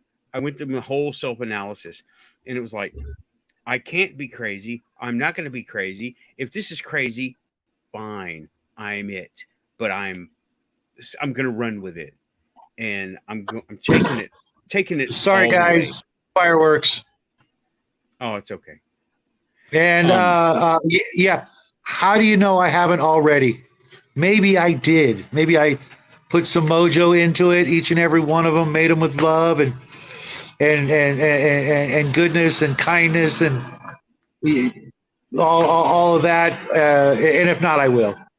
But, you know, because everything I've ever made on the show has been to show my son, you know, what you can do with just household junk and turn it into something, you know, for your games or whatever. You know, we've done a couple other things, but you know, it's just, you know, what my old man and I used to do, and my mom, we used to do stuff like that.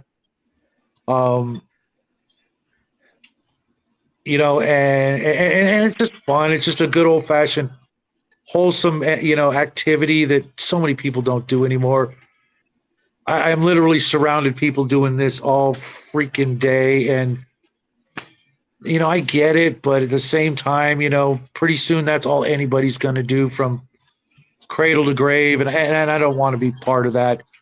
You know, yeah, I'm online a lot and I'm talking to people a lot, but it's so much different than, you know, just mindlessly watching videos and, you know, gossiping or texting people about dumb crap. Here I feel like, you know, I'm doing some good. You know, if we help just one person, you know, the saying, then it's all worth it. Oh, yeah. This is radiating out. Okay. This show got on with a in the Muggle world, right? This show, I got invited to go on the big shows because of me doing this and me being participatory and me doing, you know, talking to these people and coming up with the stuff that I talk here. I brought it to them, right? So it's radiating out already.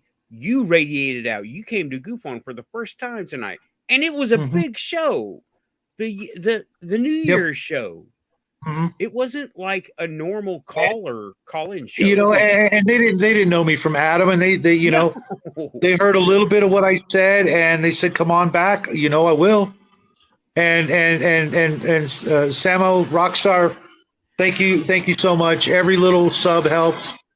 You know, getting us to that 1,000 sub, so that, you know, every little penny that I might make will go into my son's college fund or whatever he wants to do with life. I don't need the money, you know. You know, I just want him to see that, you know, what he and I did, you know, was special, not just to us, because, you know, I've always thought that, you know, when he grows up and I'm no longer around, he'll always have those videos to watch and share with his kids and be able to go, yeah, look, this is what me and my dad did. And, you know, this is why I still do it, or, you know, this is why he and his kids will do it, something like that. I'm hoping it, you know, it inspires other people to grab their kids out of the room and say, hey, let's do something. Let's go to the dinner table and do something. Let's play a game. Let's paint up something. Let's make something. Let's do something besides all of us, plugged into our own little devices and oblivious to one another.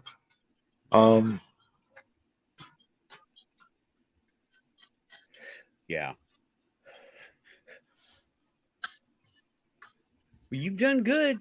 You've done good. You've done really good. He even comes on here, and that's awesome. Mm-hmm. And I know exactly what you mean. When I first started, doing this, I never thought I'd be on other people's shows, and thanks to Cal, I've been on, I can't even count anymore how many different shows I've been invited to hang out and just talk, goofy game theory and stuff like that. And, now here doing this and, like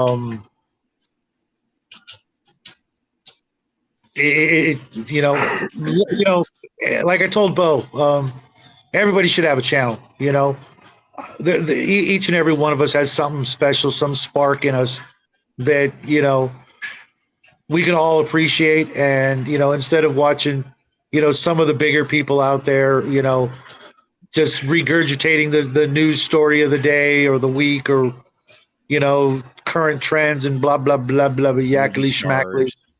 Yeah, you know what? Each and every one of you guys out there, if you all made a channel right now, I'd sub to every one of you, and I would watch as much of you guys as I could. Unless you absolutely suck and I hate you, but that's not likely to happen, is it? Because you can go check out my channels that I watch. I watch all kinds of stuff. Admittedly, I lean a certain way, but I still hang out with people that are so vastly different from me that you'd be like, but no, that's not who I am. I everybody's got something. There's that spark of divinity in each and every one of us, and just let it shine, guys. Go out there and make your channel and share yourself with the world. Within reason. Don't want anybody out there, sharing too much. There's no need for that. I am on a family channel. We try to keep it PG-13-ish. But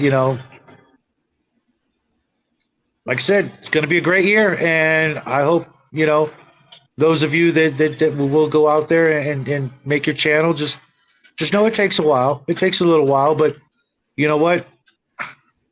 The friends I've made in the past, year, 2 years, 2.5 years, whatever it's been, are some of the dearest friends I've ever had. I still hang out with my high school and college chums, but it's different. It's different.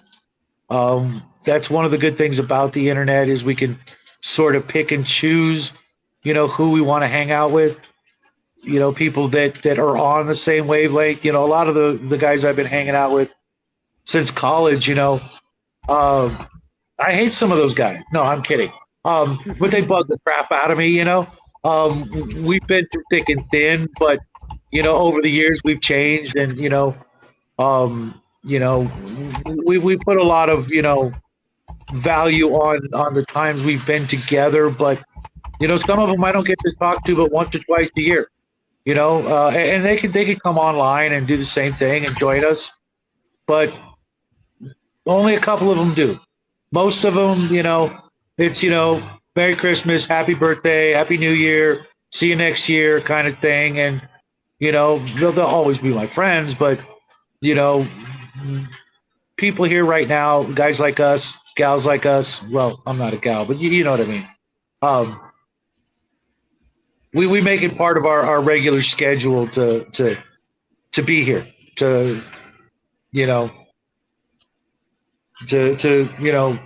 build these connections a little stronger. Yep. Samantha, you asked before what's coming up for 2023 on quantum, as in the quantum show. I don't know. That's the nature of it. I don't know what's coming up. I could try something, but whatever happens, happens. And I didn't expect. Rich came to me an hour before his show to ask me to come on. I'm like, okay, or maybe 2 hours, and I was like, what? Okay, well, that's quantum. That's it. So I am trying to Twitter. Okay, I'm just going with it, and it's working. Today was I did today. My show was the big disconnect. That was my the first hour, right? And the big disconnect is I talked about it. They're disregarding all the non-quantifiable evidence that's out there, but it's according to their scales. Okay. And then I did this other show a while. I got all the shows here. Perception. Oh man. So I don't know. Something might happen this week, or I might go with I didn't get to talk about Bigfoot too much. I might do a Bigfoot show. Me and Shingoji got some going on right now. Yeah. Flow. We do. And so I don't know what's going to happen. It'll happen though, because it just always does. And I'm going to be able to realize it and relate it and talk about it and write little signs to show on YouTube. That's become my thing. That's why I put it on the thumbnails and everything. Save each and every one of those. I've got every index card I've done for the show. I've got a stack of them from all the way back 2.5 years ago. Save them, put them in a scrapbook or something, and just hang on to them. And every once in a while you'll go through them and you'll look at them and you'll remember all this cool stuff. Yeah, and one of these days somebody's gonna go back and say, "Hey, Nathan, you were here when this happened. What can you tell me about it?" And I can go back and say, "Hey, I had this," and I can remember from this and this, and love it. Mm-hmm. So yeah, I'm saving them all. I'm gonna have to pop off screen. I gotta open a bottle of champagne real quick because it's 8 minutes till that moment. Give me about 15. Don't go anywhere, please. I will be back. But they can't open a bottle of champagne without me for some reason. It's all good. Thank you, Bo. I try real hard. From all of us. I will. I will be listening, but I need both hands. Gotcha. And some people here don't want to get on camera, so I will be back in just a few. Okay, we will be here. Okay, but yeah, I do keep it kind of PG. I let an F-bomb slip out sometimes, but how many am I allowed? I don't know. Am I allowed any? But I'm going to look at the chat now. I started at what's coming for, at Samantha. So that's what's going to happen. I don't know. I might jump realities again. I'll tell you about it. I don't know what's going to happen.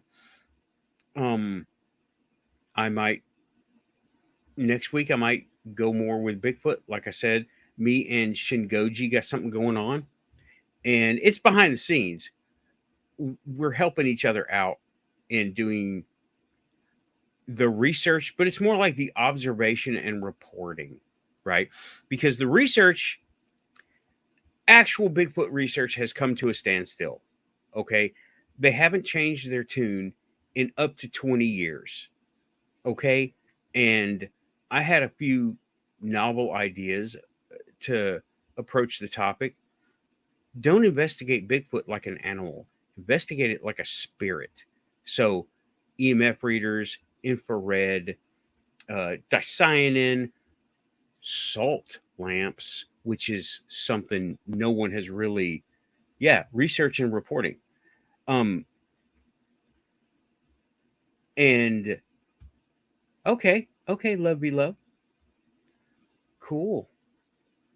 I should have taken it. Yeah, like I'm wanting to have a salt lamp in the area because it sheds negative ions.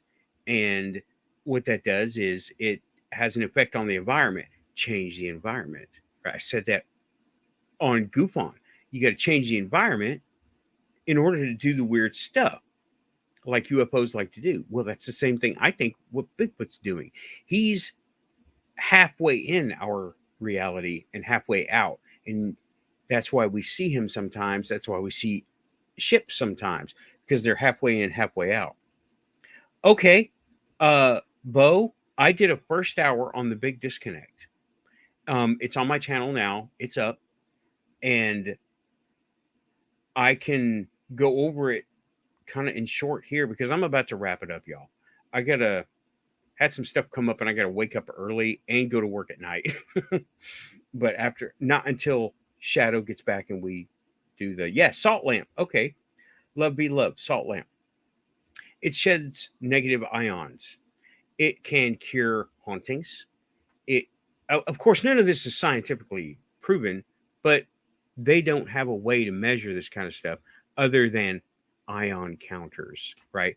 Polarity, electrical way of doing it. And I want to have a salt lamp out there.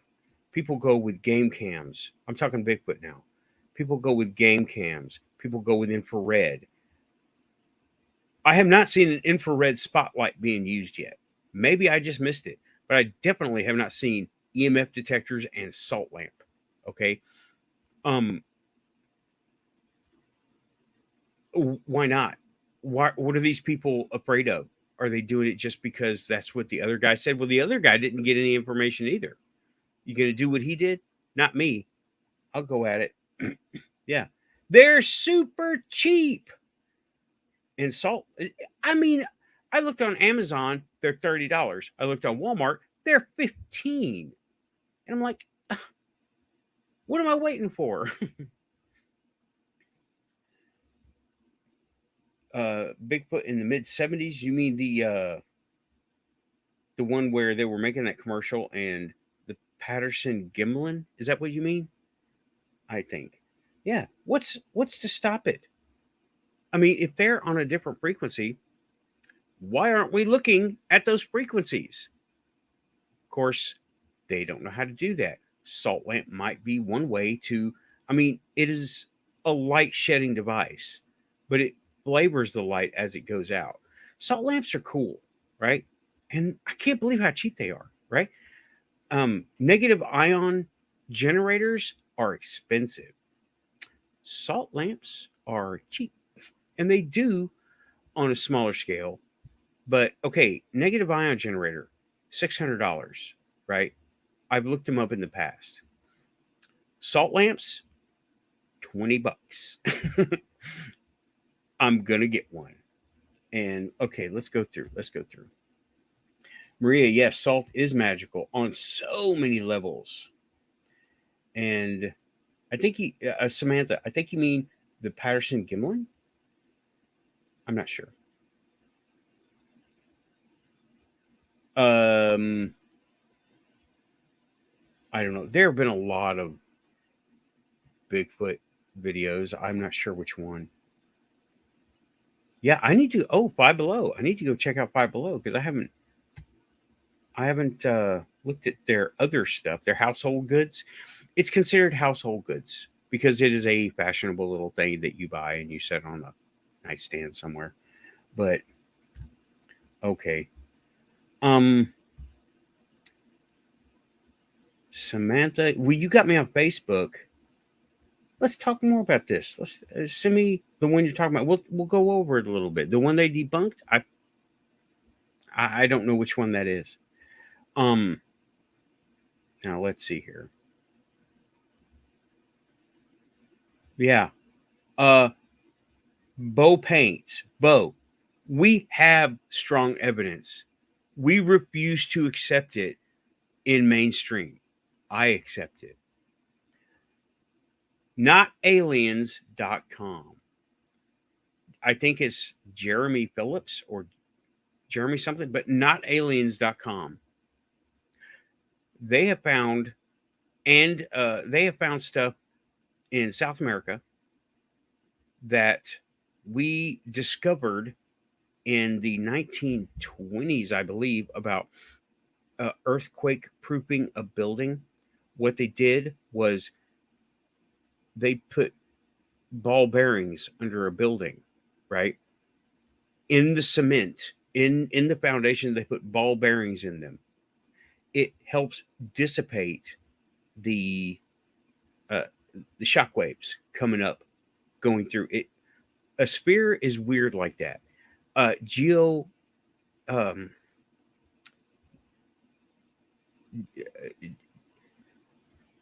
Oy, I'm spinning here. Sorry, I'm spinning here. It dissipates the shock wave equally around itself. So they build them into the into the bases of these skyscrapers, so it helps stabilize them like a shock absorber. Well, I think it was Bolivia that they found, and in South America, well, really all over the place, they found these lots of stone spears all over the place. No one knows how they got there, who made them, how were they made. They're not necessarily perfect spears, but they're very close, right? And they think that that was the same thing, right? Okay, that is NotAliens.com. He has a ton of information there, all right? He has a ton. I'm just, okay. Let me see. I'm going back. Oh, okay. Sam, just say it. Well, it works different on the phone. In Bo saying, investigate Bigfoot like a skinwalker, investigate Bigfoot like a ghost, like a spirit, or a skinwalker. Sure, it can't hurt. And Patterson Gimbal, okay. Samantha.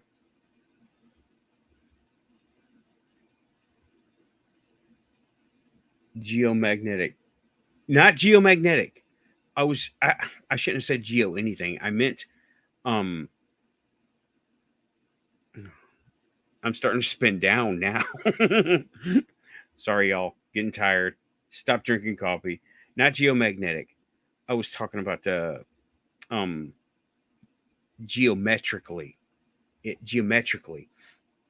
Total muggle. Okay. It dissipates vibration. Okay. Love be love. I tried. Okay. To the core of the building, yes. And let's see. No, they use springs. I think they used at the World Trade, I think they used giant coils. I'm not sure. But I don't know. I know they had something. They didn't have spears. Yes. Factual comparison. I did not say I had to eat some grapes. I don't know who said that. That must have been. Thank you, whoever blocked the sex bot. Samantha. Awesome.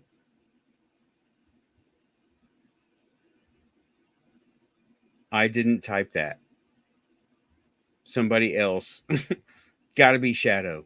Gotta be Shadow. Shadow has admin rights. I don't know what button I pushed for him to be the Quantum Show, but somebody did. He is. Okay.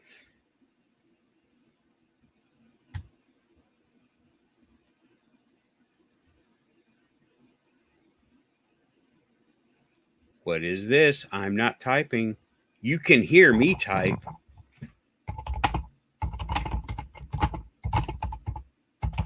Tell me you can't hear that.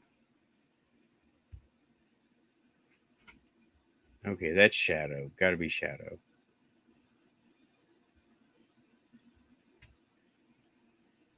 Yeah. Okay. Yeah, I pushed a button one time. He has full admin rights. That's fine. He's moderator. So, yep, Shadow.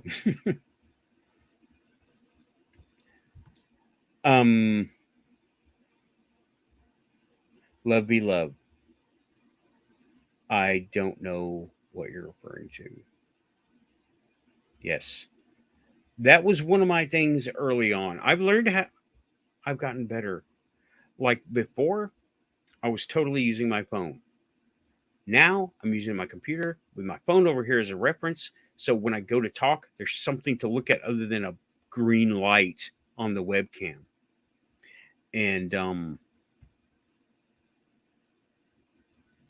I've learned a lot more, and I still don't know what I'm doing. Okay. But let me see. Let's go here.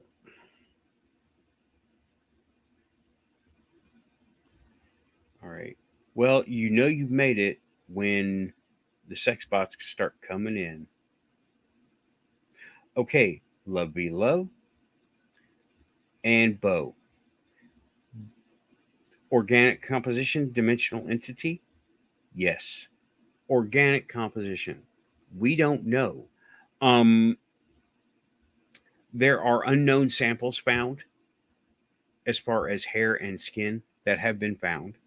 Dimensional entity, that's what I'm getting at. I think that Bigfoot is more paranormal than like a fox or a possum or a monkey or an ape. So, Bo, how would one use a salt lamp to investigate Bigfoot? Okay, a salt lamp is a radiant light, and what it does is it radiates negative ions. That changes the environment slightly. Okay. Um, what you do is you could get a battery powered one and you just keep it on you. It's not very bright, right? They're not super bright. They're not like an overhead light or a spotlight. They're like a dim light, like a desk lamp. But they're small. Well, you can get them in a bunch of sizes, right? And what it does is it floods the environment in your local area with negative ions. And I don't know what that would cause to happen, right? It's like another suggestion I have is use ultra low frequency generator, not a big bass speaker, but just something putting the frequency out. And that in the local area, that would affect the surroundings. Use them both. Don't know what would happen. Nobody's ever done it. I've never done that. And okay, Shadow is back. I'm catching up. So that is how I would use a salt lamp, Bo, to investigate Bigfoot. When you go out there, put your trail cam, put your whatever, right? Put your trail cam, put your salt lamp. Okay. And it doesn't have to be actually glowing. It just has to be out there, right? It has to be on. But it doesn't have to be like so bright that it's going to light up the forest. It can put leaves on it, right? Put leaves on it, and the negative ions will still get out there. It'll ionize, well, negative ionize the leaves, and then it will be a smaller area because we're talking a matter thing right now, right? But it will still be getting out, and it will be diffuse enough that it won't distract local wildlife or cause enough of a distraction to where something might try to eat it or steal it or something. Okay, that is how I would do that with a salt lamp. No problem. We are related to the great apes. I believe we were taken from what we were and adjusted into what we are. Because I think we said it here on the show. I walked back in and talking about the brain didn't have enough time to evolve. And there seems to be, that's where the whole missing link comes in. And yeah.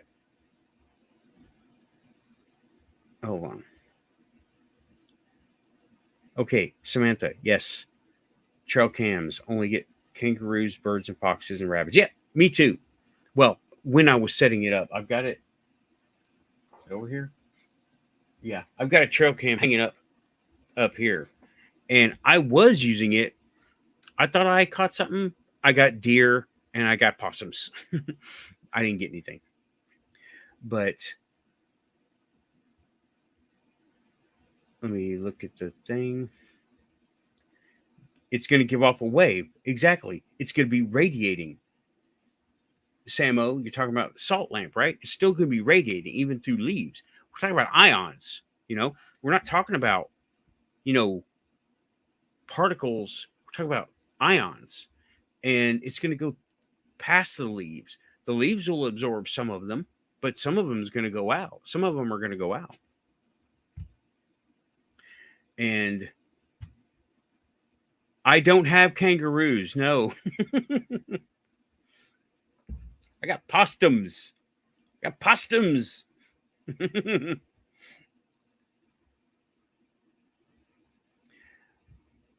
You got night vision? Okay, cool. I have, what do I have? I have a limited area infrared area light, and I have EMF detector, trail cam, sound recorders. I do not have night vision, but I want to find a camera that can see the light this thing puts out, so it can be kind of like a simulated night vision. But that'll let me see everything in the dark, but not something that's on the other side or whatever. I want to get something like the salt lamp and low frequency generator to help that along, because what I'm looking, okay, now check it out, y'all. The way we see, it's called an interference pattern, right? Now I'm talking about science stuff here. This is not the quantum stuff. Interference pattern is where you don't detect the particle, you detect the interference of another particle. So you see the static. Those lamps, or not lamps, but those clock radios and those things that you can get now. They got them at Walgreens, they got them at Walmart, Target, where it projects the numbers above it in like the air. What that's doing is it's showing two different slightly frequencies different of light, and they're intersecting with each other. And when they intersect, that's what you see. You see them bouncing off of each other. It's called an interference pattern. And that's the same deal with low frequency and salt lamp. You want to create an interference pattern in whatever is going through it, kind of like a smoke screen. To see the predator, you pop smoke. It's hidden from normal vision, but it's still going through air, right? And these negative ions, see, I don't know what the effect would be. Low frequency, I don't know what the effect would be, but no one's tried it. And I don't know why not. Okay. Shadow is back. Yeah, How sorry. did it go? Oh, it was fine. It's just that the entire neighborhood, it's coming down cats and dogs, right? But there are people out there lighting off, factory, military grade fireworks and cannons and just all kinds of craziness. So I didn't want that to be, Right. Okay. Bo is asking a question. How does using negative ions salt lamp help with investigating Bigfoot? I know nothing of this. Okay. How does it help? Well, on the bare minimum, it's something that people haven't tried yet. They haven't tried these things. You know what they have tried? Tracking, odor, trail cams, infrared, long range, and night vision. And we still don't have proof. Okay, what else can we try? Right? And I'm looking at, well, if Bigfoot is walking through the forest and then stop and the trail stops right there and it's gone, did he fly away? I don't think he flew away. Okay. Did he jump like the Hulk? I don't think so. So what is left? Maybe he, okay, scientifically, there's nothing left. It is unexplained. Paranormal now, when something disappears, in the ghost realm of things, it pops out of reality here and it goes somewhere else. How do we track that? EMF generator, EMF detector, right? EMF detector has picked up ghost activity. People want to say EMF detector and the ghost boxes, more like the ones that don't use radio frequencies. Okay, those are things that we haven't tried yet. How do we detect anything? Well, if negative ions slightly make him illuminated somehow, maybe he'll illuminate in the infrared. Maybe the infrared will see him. Maybe the visible light will see him. Maybe a lot of different things could happen. What does happen when you, physically, what does happen when you fire off negative ions, right? Or ions? Okay. They counteract with the positive ions. And if you have a house that seems stuffy and cluttered, put on a salt lamp. It will all of a sudden seem airier and seem fresher, okay? Because there's all this positive energy around. This is science. I'm not using these strictly scientific terms, but this is it. You put a salt lamp in there, it negates a big portion of those positive ions, and it feels easier to breathe. It feels lighter, not as heavy, not as stuffy. So negative ions are a dimension of it that no one has tried. Why not? Nothing has worked up to now. What do we have? Prints, unknown samples, unverifiable to science sightings and recordings, a picture of an elbow, right? We have nothing else. The standard traditional methods haven't worked. Let's use ghost methods. Let's use ufology methods. Let's find Bigfoot in the paranormal world, because I personally think he's interdimensional. Okay. We have bugs that live inside volcanoes. Why not? We have insects that live under glaciers. Why not? I mean, there's stuff living in the deepest of the oceans, and they're starting to find stuff in the upper atmosphere. Why not? We're finding all this other stuff. Go ahead. And we've got some of the most sophisticated trackers and hunters the world's ever known, and they still can't bag him. Yeah. They can't do anything. There are, literally thousands of people just in North America alone looking for him or it or her or whatever. And nobody is using alternate methods. They're using the same methods over and over again that aren't working. That's not scientific. If it doesn't work one way, what if we tried another way? And all the weather pattern stuff, that hasn't helped. Well, let's do something experimental. Negative ions. So, Bo, I hope I answered your question. Yeah. Mm-hmm. Thank you, Samo. And if you think about, things like the technology of the cameras and things we have out there, somebody would have seen something more than what we've seen so far in the last, let's just say 15 years. And people have been hunting Bigfoot for my whole lifetime, and I mean seriously, professionally hunted big game rifles, the whole bit. You know, these are people that can track bears. If you can track a bear, then you can track a Bigfoot if it's just an animal. Yeah. There's no way you can tell me these guys wouldn't be able to find something more substantial than footprints.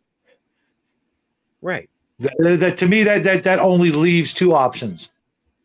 Everybody's wrong and Bigfoot doesn't exist, which I'm not open to that possibility just yet. Considering how every day there's, you know, more people going out there on the hunt and more trees getting chopped down. And more sightings every day. Okay. Or it has some sort of talent or ability that goes beyond what we know. And considering, you know, Bigfoot has been, and Sasquatch and the Yeti, etc., there have been sightings and stories of that particular type of creature for thousands of years. Yep. So, Maria just said something. We have to be more open-minded. Nothing is new under the sun, just forgotten. Filters. Oh, yeah. Maybe we have grown so accustomed to the way we think it is, we're filtering out all this stuff. I'm sure of that. That's how I saw the humanoids, right? And maybe we're tuning it out. Maybe we all need. Why do only kids and dogs see ghosts on the regular? Kids and animals. They're not so blocked into their perceived perception. Mm. Mm-hmm. That, Yeah, there's definitely, you know, there's definitely some part of the equation that's totally missing. And I think after 50, 100 years of trying all the traditional methods, something else needs to come into play if we're going to, you know, find Bigfoot. And to be honest, what's the best that will come from that? You know, it's not like Bigfoot's going to be like, oh, you caught me. Here's my pot of gold. You know what I mean? right. And my Lucky Charms. It's not going to be like that. You know, the sad truth is someone would find him, shoot him, and drag him off to, you know, an autopsy and etc. And then that would just, you know, lead to the eventual either extermination or, you know, confinement in a zoo of this creature that's eluded us for, you know, all of human history. Or we'll just keep looking and eventually there won't be any forests and, you know, we'll be living in, you know, silent running Soylent Green era, you know, dystopia, and we'll have forgotten about that and the mystery will be gone and, you know, we'll just deem it, oh, it was all a figment of humanity's imagination and another example of why, you know, where they are in the future will be, you know, manifest destiny and blah, blah, blah, and all that horse crap. Or, you know, maybe we'll see something, but, you know, never really be able to track it down because it has some sort of ability or hiding place that we just haven't figured out. I'm personally, I think it's underground more than anything else. Okay. But my somebody just found a footprint in the snow in his yard, a single print. Nothing leading up, nothing leading away. No holes. So what, he hopped from like miles away, landed, and then hopped back out? Or yeah, maybe not miles, but 100 feet. It was 100 feet or maybe 50 feet to the road where there was no snow. But it was, oh man, it was a perfect footprint. And other people have been reporting them too. And I'm starting to think it's cyclical. It's based on something about the weather. And it might be even astronomical. And to expound on your point of what if we do find Bigfoot, somebody's going to shoot it and take it off to a lab. Here's something else that would happen. I heard about this on Spaced Out Radio. Dave Scott, shout out. Right? Okay. If Bigfoot was proven real, and it would be declared an endangered species because they are so rare. Mhm. The logging industry, the roads, and mining and everything would be so upset. Nobody wants, the government does not want to find Bigfoot. Because That's a really if good point. we do, I mean, I can't say that's my point. I heard it. Dave Scott said it, right? It would upset all the industries that rely on forests, and national parks. Forget it. Off limits. It's Bigfoot territory. Endangered species don't go there. Now we can't go to the national parks. Well, that's coming anyways. Why do you say that? Well, because if the government and Bill Gates and people like that are buying up the farms, you think the forests aren't next? Yeah, the forest would be next, but that's where I think something's up. Something's happening. You're doing you. I'm doing me. We're all here. Nobody ever knew we were going to be here today. This is all changed. Everything has changed, and it seems like okay, going back to an old topic, the Mandela effect, right? I don't mean the stuff about the cereal boxes and the stuff like that. I mean actual reality. I watched a guy walk into Pizza Hut that died a week before. What? What? He was in the paper. Everybody was talking about it. I hugged his sister at the reception. Then nobody knew what I was talking about a week or so later. What? Things have changed. And you know what bothers me the most, though, is the campers and hikers that are turning up missing more and more and more. What if it's connected to that? Yeah, I think what if Bigfoot's not actually an innocent in all this? What if Bigfoot's actually a man-eater? That's possible also. We don't know. We that's why we should explore these other ways of researching. Salt lamps. Yep. Hell, some kind of radiation, not harmful radiation, but cosmic rays, things like that. Not X-rays. That's kind of harmful. That's how you get, walking trees and stuff like that, No, I've been wondering about this for a while with the different things I've seen about, people disappearing in the forests and the hiking trails and things like that. That I hate giving the government the benefit of the doubt, but what if it's something a little more sinister, or just dangerous and stuff, and Sasquatches, out there, gobbling people up. And if it's not Bigfoot, then what is going on with the forestry department and them not, letting people in certain trails, etc., more so than ever before? I could easily see, a couple of possibilities for those sort of things. Yeah. So if you do go hunting or camping or hiking, be prepared. Know where the heck you're going. Don't go off the beaten track. And you see something weird, don't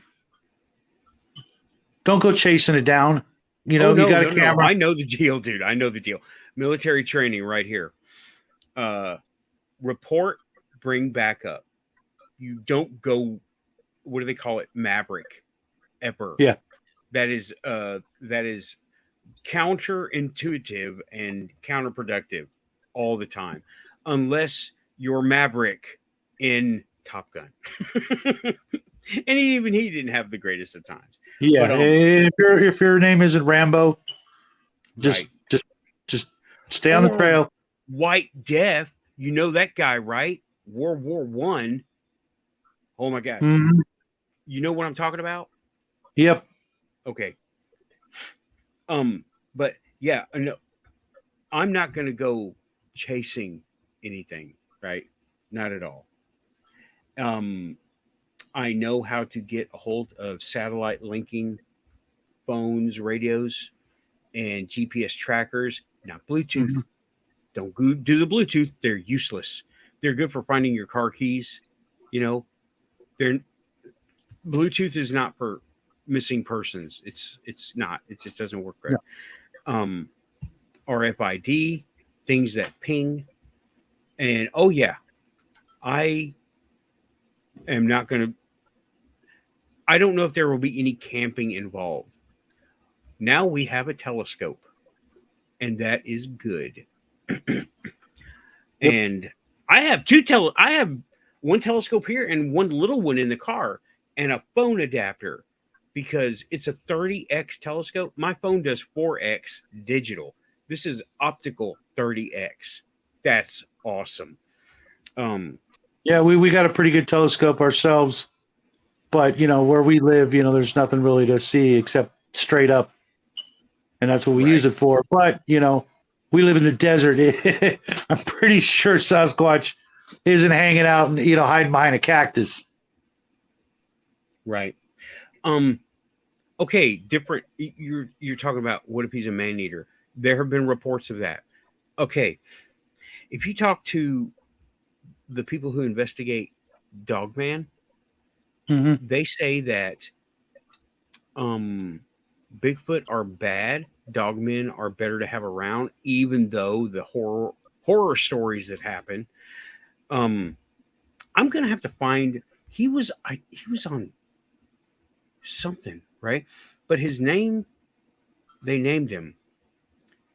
This kid was son of a military guy back in the 60s, and something happened, and they were doing my lab military abductions, right? And this is, majestic shit happening. Mm-hmm. And they were out. This guy says his dad was part of this. And he brought home a puppy. He said it didn't look like any dog he'd ever seen. It had raccoon hands. And it's like, huh, Rascal. His name was Rascal. That was his name. They named him Rascal. And he was slated to be terminated right after experiments were done. But he kind of hid him out, kind of Mm-hmm.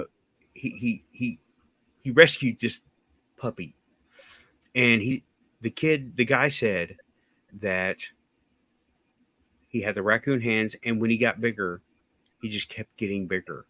He got to 9 feet tall, standing on two legs. And Wow. yeah, dude, this story is awesome. He lived in Kentucky. I'm remembering it. This is one of the most riveting stories I've ever heard. I think it was Kentucky. Anyway, out in the woods, right? These are hillbilly country people. And they had where there were Bigfoot around. And Dogman, him, did not like Bigfoot. And the Bigfoot were all the time causing all kinds of trouble. I need to get this link. And I'm going to look it up right now.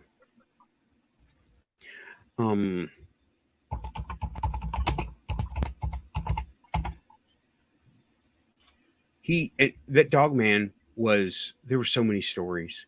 That's how he got him, and he passed away. They didn't know how this thing died, right? It could understand English.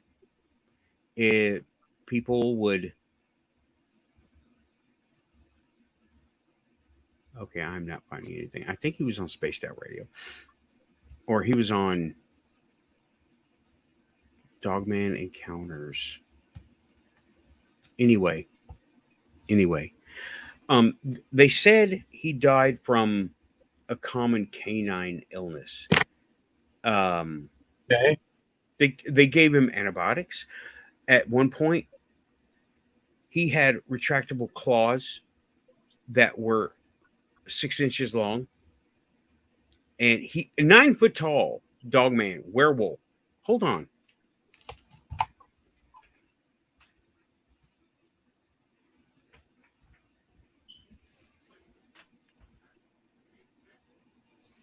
One of these guys, okay? Okay. One of these guys. Hope you can see it okay. 9 foot Mhm. tall. This is a toy. All right. 9 foot tall with 6 inch retractable claws. I'm kind of a fan. And what the guy did was he was good at it and he was fast. I mean, in oh my god, I don't even know the word, right? I wouldn't want to say inhumanly fast, but there was nothing human about this thing. Okay. And Parvo, yes, that was what I was trying to think of, what he passed away from. Okay. So what now? His grandfather, he had a little workshop. The grandfather was the one that was in Majestic, or yeah, grandfather, not father. And Yeah, that he makes would do more sense.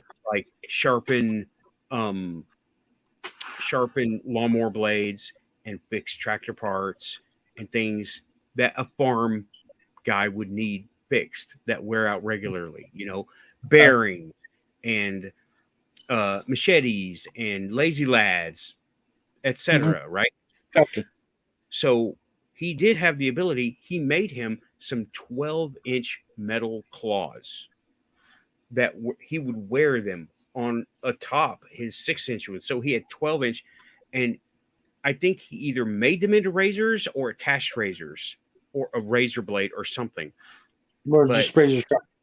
yeah, and he would have 12-inch claws that the dog man would take on and put off with ease. They were meant to be like gloves. Like he didn't have to have assistants putting them on, like boxing gloves. We have to have a buddy wrap our wrists and stuff, right? Sure. No, this was not like that. He would let on, and this is his story, okay? Um, and a Wendigo showed up. Dude, the stories do not get less crazy than this, okay? They were out, I guess they were hunting. I don't know. They did this stuff a lot. And a Wendigo showed up. And he said Wendigo. I don't know what it would be, right? But Mhm. the rascal jumped in front and ran like so fast, like blur vision fast, up to this thing, and it was threatening the family. So it killed it. It took its head off, right? And people are he went through an interview. You know what? I'm gonna just get that.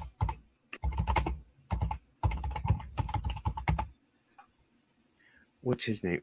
I'm getting tired, y'all. I think I'm actually gonna wrap it up here for in a few minutes.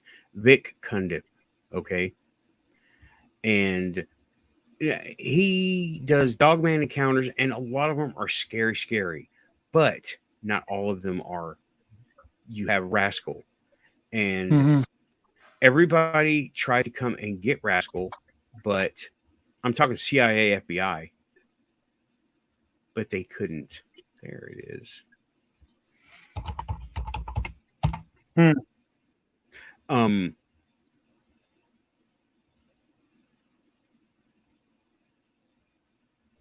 all right. Kai William Harris. I think it was William Harris. And these were just normal guys, right? These are just normal people. I don't think it was. No. I'll have to find the link. I'll leave it in the chat or leave it in the description after the show. But yeah, dude, Dogman, I'm thinking they're one of the, I think they're aliens, total straight up aliens. And they're the ones, R. Keith agrees with me. They were sent here as if we were a prison. They were exiled to Earth to live here because they couldn't get along up there. And he goes, well, some of them, yeah. And I'm like, I think that's what he said. R. Keith, correct me, please. Correct me if I'm wrong. But oh my gosh. Okay. Anyway, I will have to find that story. It's out there. It's on YouTube. But okay. Storm and Shadow 2012 got a bail. Talk to you later. Take care, man. Come back next week. Okay. I'm going to back up in the chat. Well, that's the story about the Dogman, and they can't find. Yeah, I'm not gonna lie. It's got a lot of comic booky sort of elements to it. Yeah, the Skinwalker Ranch Dogman are the same way. They hit him with this elephant rifle, and he did that. What? An elephant? I said rifle. It's a gun, right? It's a giant slug. It's just fucking big, okay? That's an elephant gun. And they hit him with one of those, and he just went. Yeah, the only problem I have with the story is if the CIA or the FBI or some other government agency knew it was within a 500 square mile area, they would have it. They without there being some sort of, one in a million. I don't doubt they have it. There's more. Okay. There are. Oh, shoot, dude. The stories from ex-government and witnesses, they don't sound like Bigfoot's or Dogman stories. They don't sound. They sound comic booky. They sound horror movie cliche. But they're swearing up and down it happened. And yeah. Every time they're Land Between the Lakes. Me.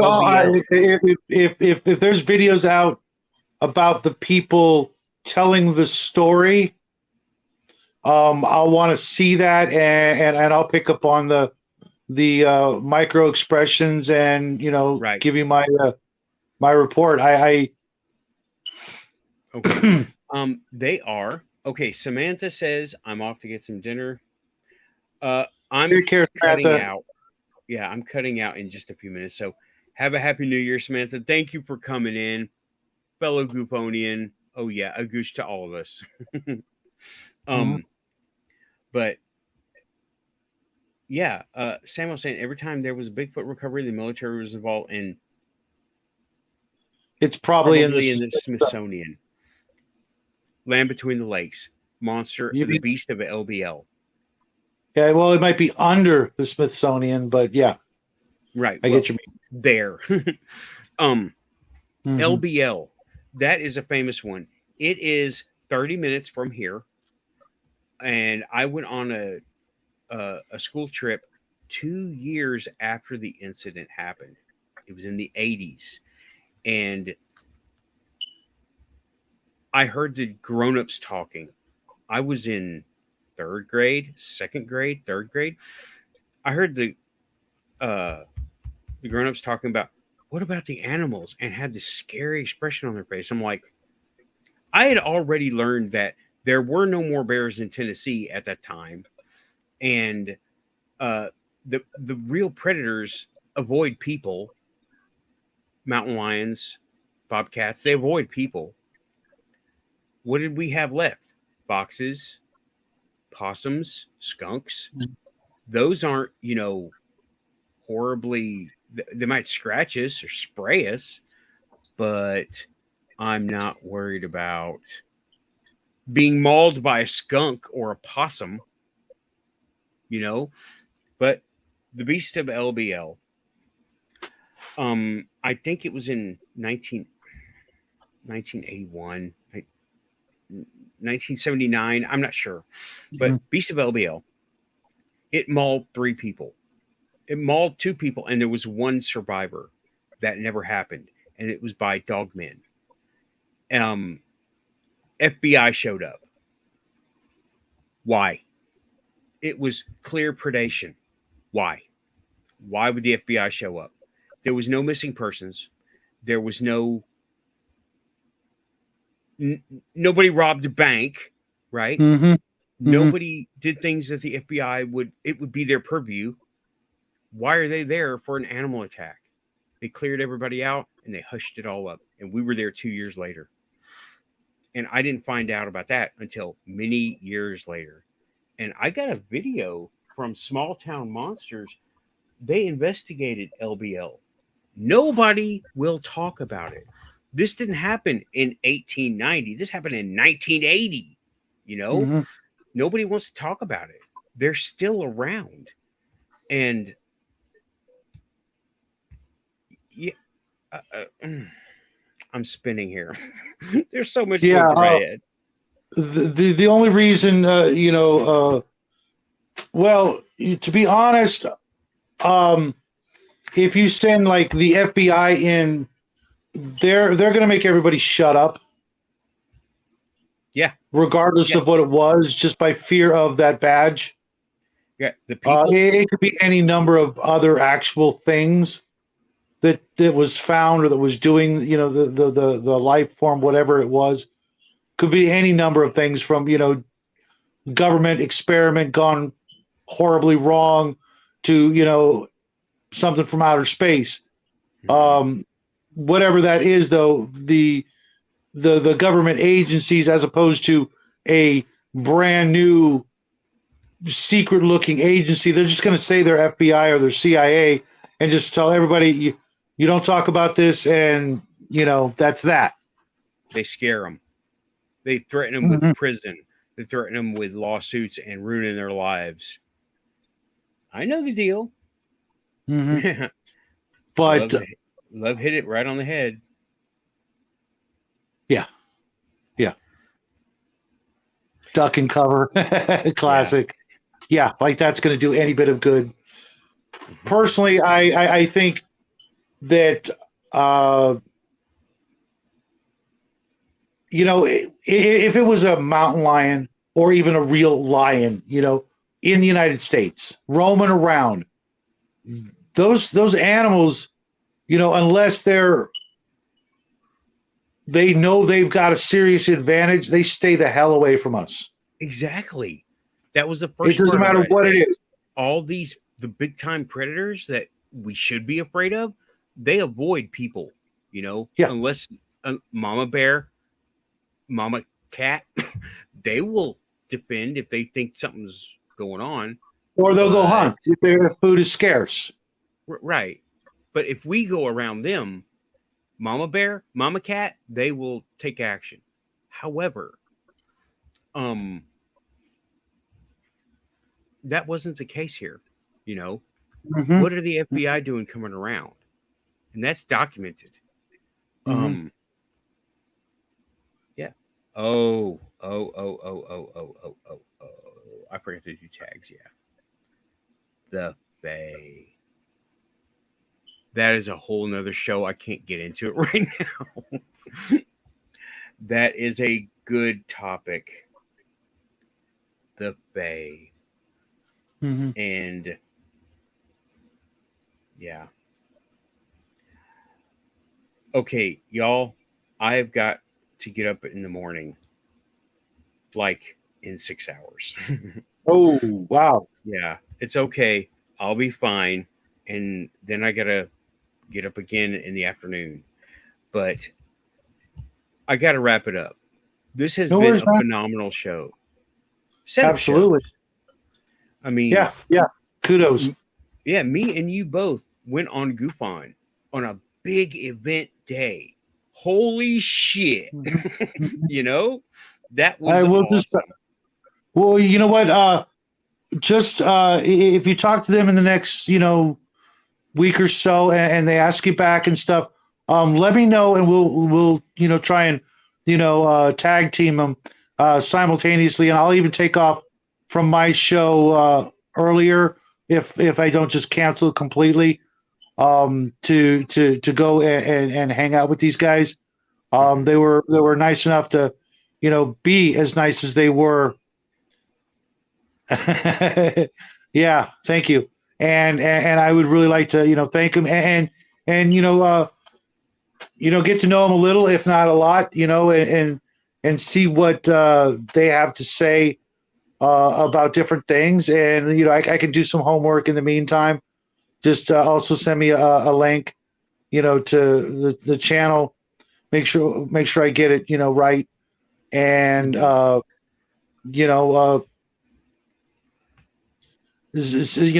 what we can learn. Okay. I'm Okay, always so- interested in this kind of stuff. My son gives me a hard time sometimes, because I'm watching Ancient Aliens or something like that, and I'm like, with no matter how you look at it, there's little bits of information that you can pull out of even the wackiest of shows like that. He's still young and thinks he knows everything, but I pick little bits of information, and then I file them away for later and add them to the collection. And there's a whole lot worse things I could be watching. Because there's always some big story going on somewhere that 90% of the population is watching, and I'm not in that club. So Yeah. That's the Johnny Depp Amber Heard club. I'm not into that either. yeah, the Kardashian fan club or whatever's going on at the time, because I'm retired. I can watch videos all day long. Oh yeah, I do watch videos all day long, or listen to them. Even if I'm reading a book, I got something on, and I can do both at the same time. Right. There's a lot less productive ways I could be spending my time, and I'm going to keep looking for answers to questions. I'm not going to get them all, but I'm going to get some of them, and Okay. Well, I will try to put together an index of things, people to talk to. You already know R. Keith, his channel. Yep. Been on a show every chance I get. Yep. Goof on. His channel. You met Amy from Alien Girl 111. Her. Me and her, we do a lot of the same thing, right? I don't have the fancy hardware and the fancy computer, but she will say she is a fan and I'm a fan of the ufology scene too. But I've got this other stuff going on, right? I've got this stuff going on. And sure. It encompasses it. It's all part of the same package, if you ask me. It's all part of when you find out, when you find that smoking gun that proves one thing, it's actually going to lead to a whole bunch of other things. Yeah. It's either going to illuminate or discredit, verify or contradict some of the other big questions of our time. So studying all of them helps you sort of, narrow it down. Right. I like to put it, whittling the great oak to the toothpick you need.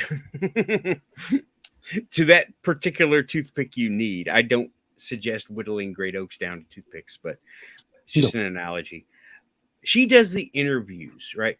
But we do the same type of stuff. We look into it as it affects us, and it just affects us different ways. I look into it in the ways it touches me. She does the same thing on her end. And Rich, however, oh man, Rich digs deep. Okay. Rich digs deep. He is not one of those guys that will talk about it without doing it. He's done it. He's made the road trips. He's gone to the places. He's taken his own videos. He's learned the methods. And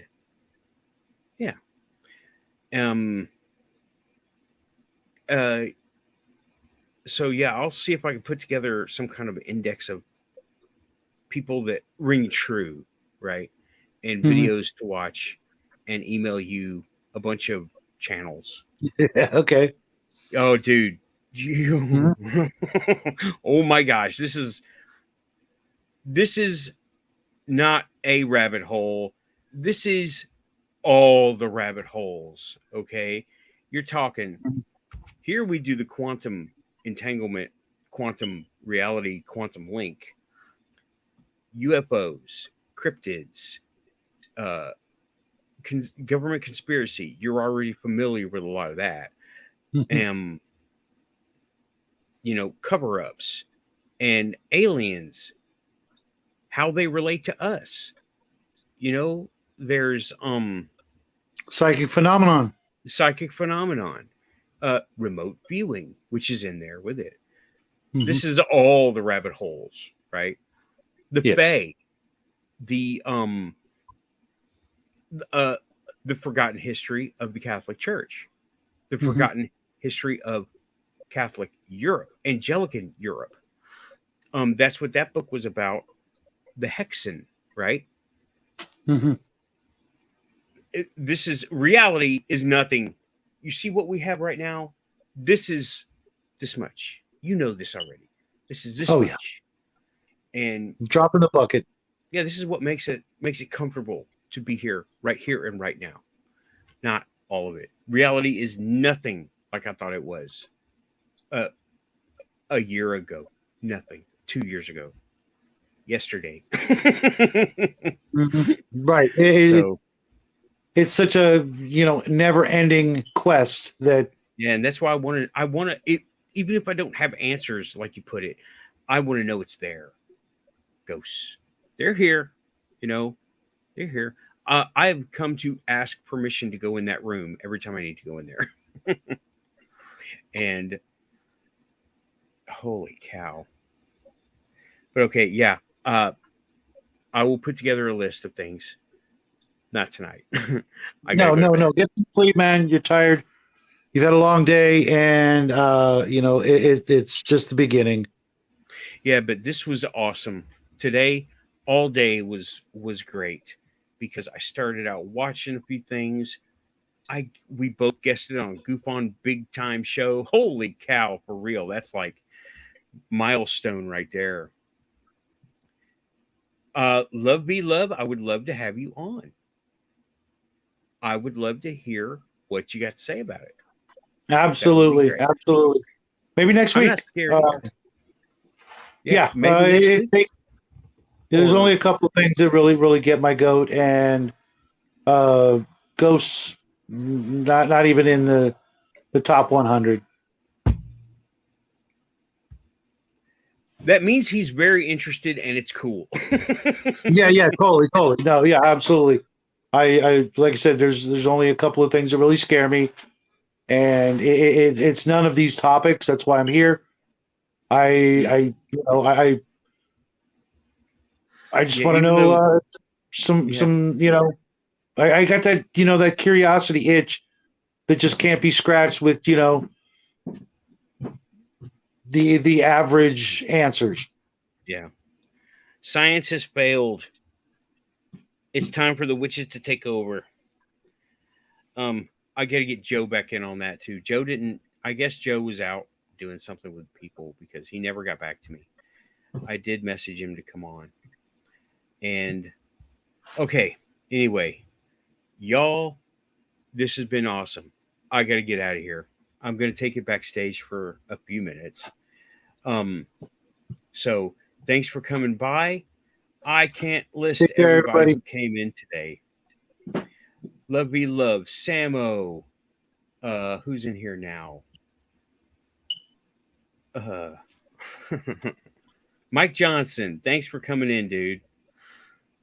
Bo paints And minis. yeah, and I'm just scrolling up the chat looking Yeah, same here. everybody. Cal, Storm and Shadow.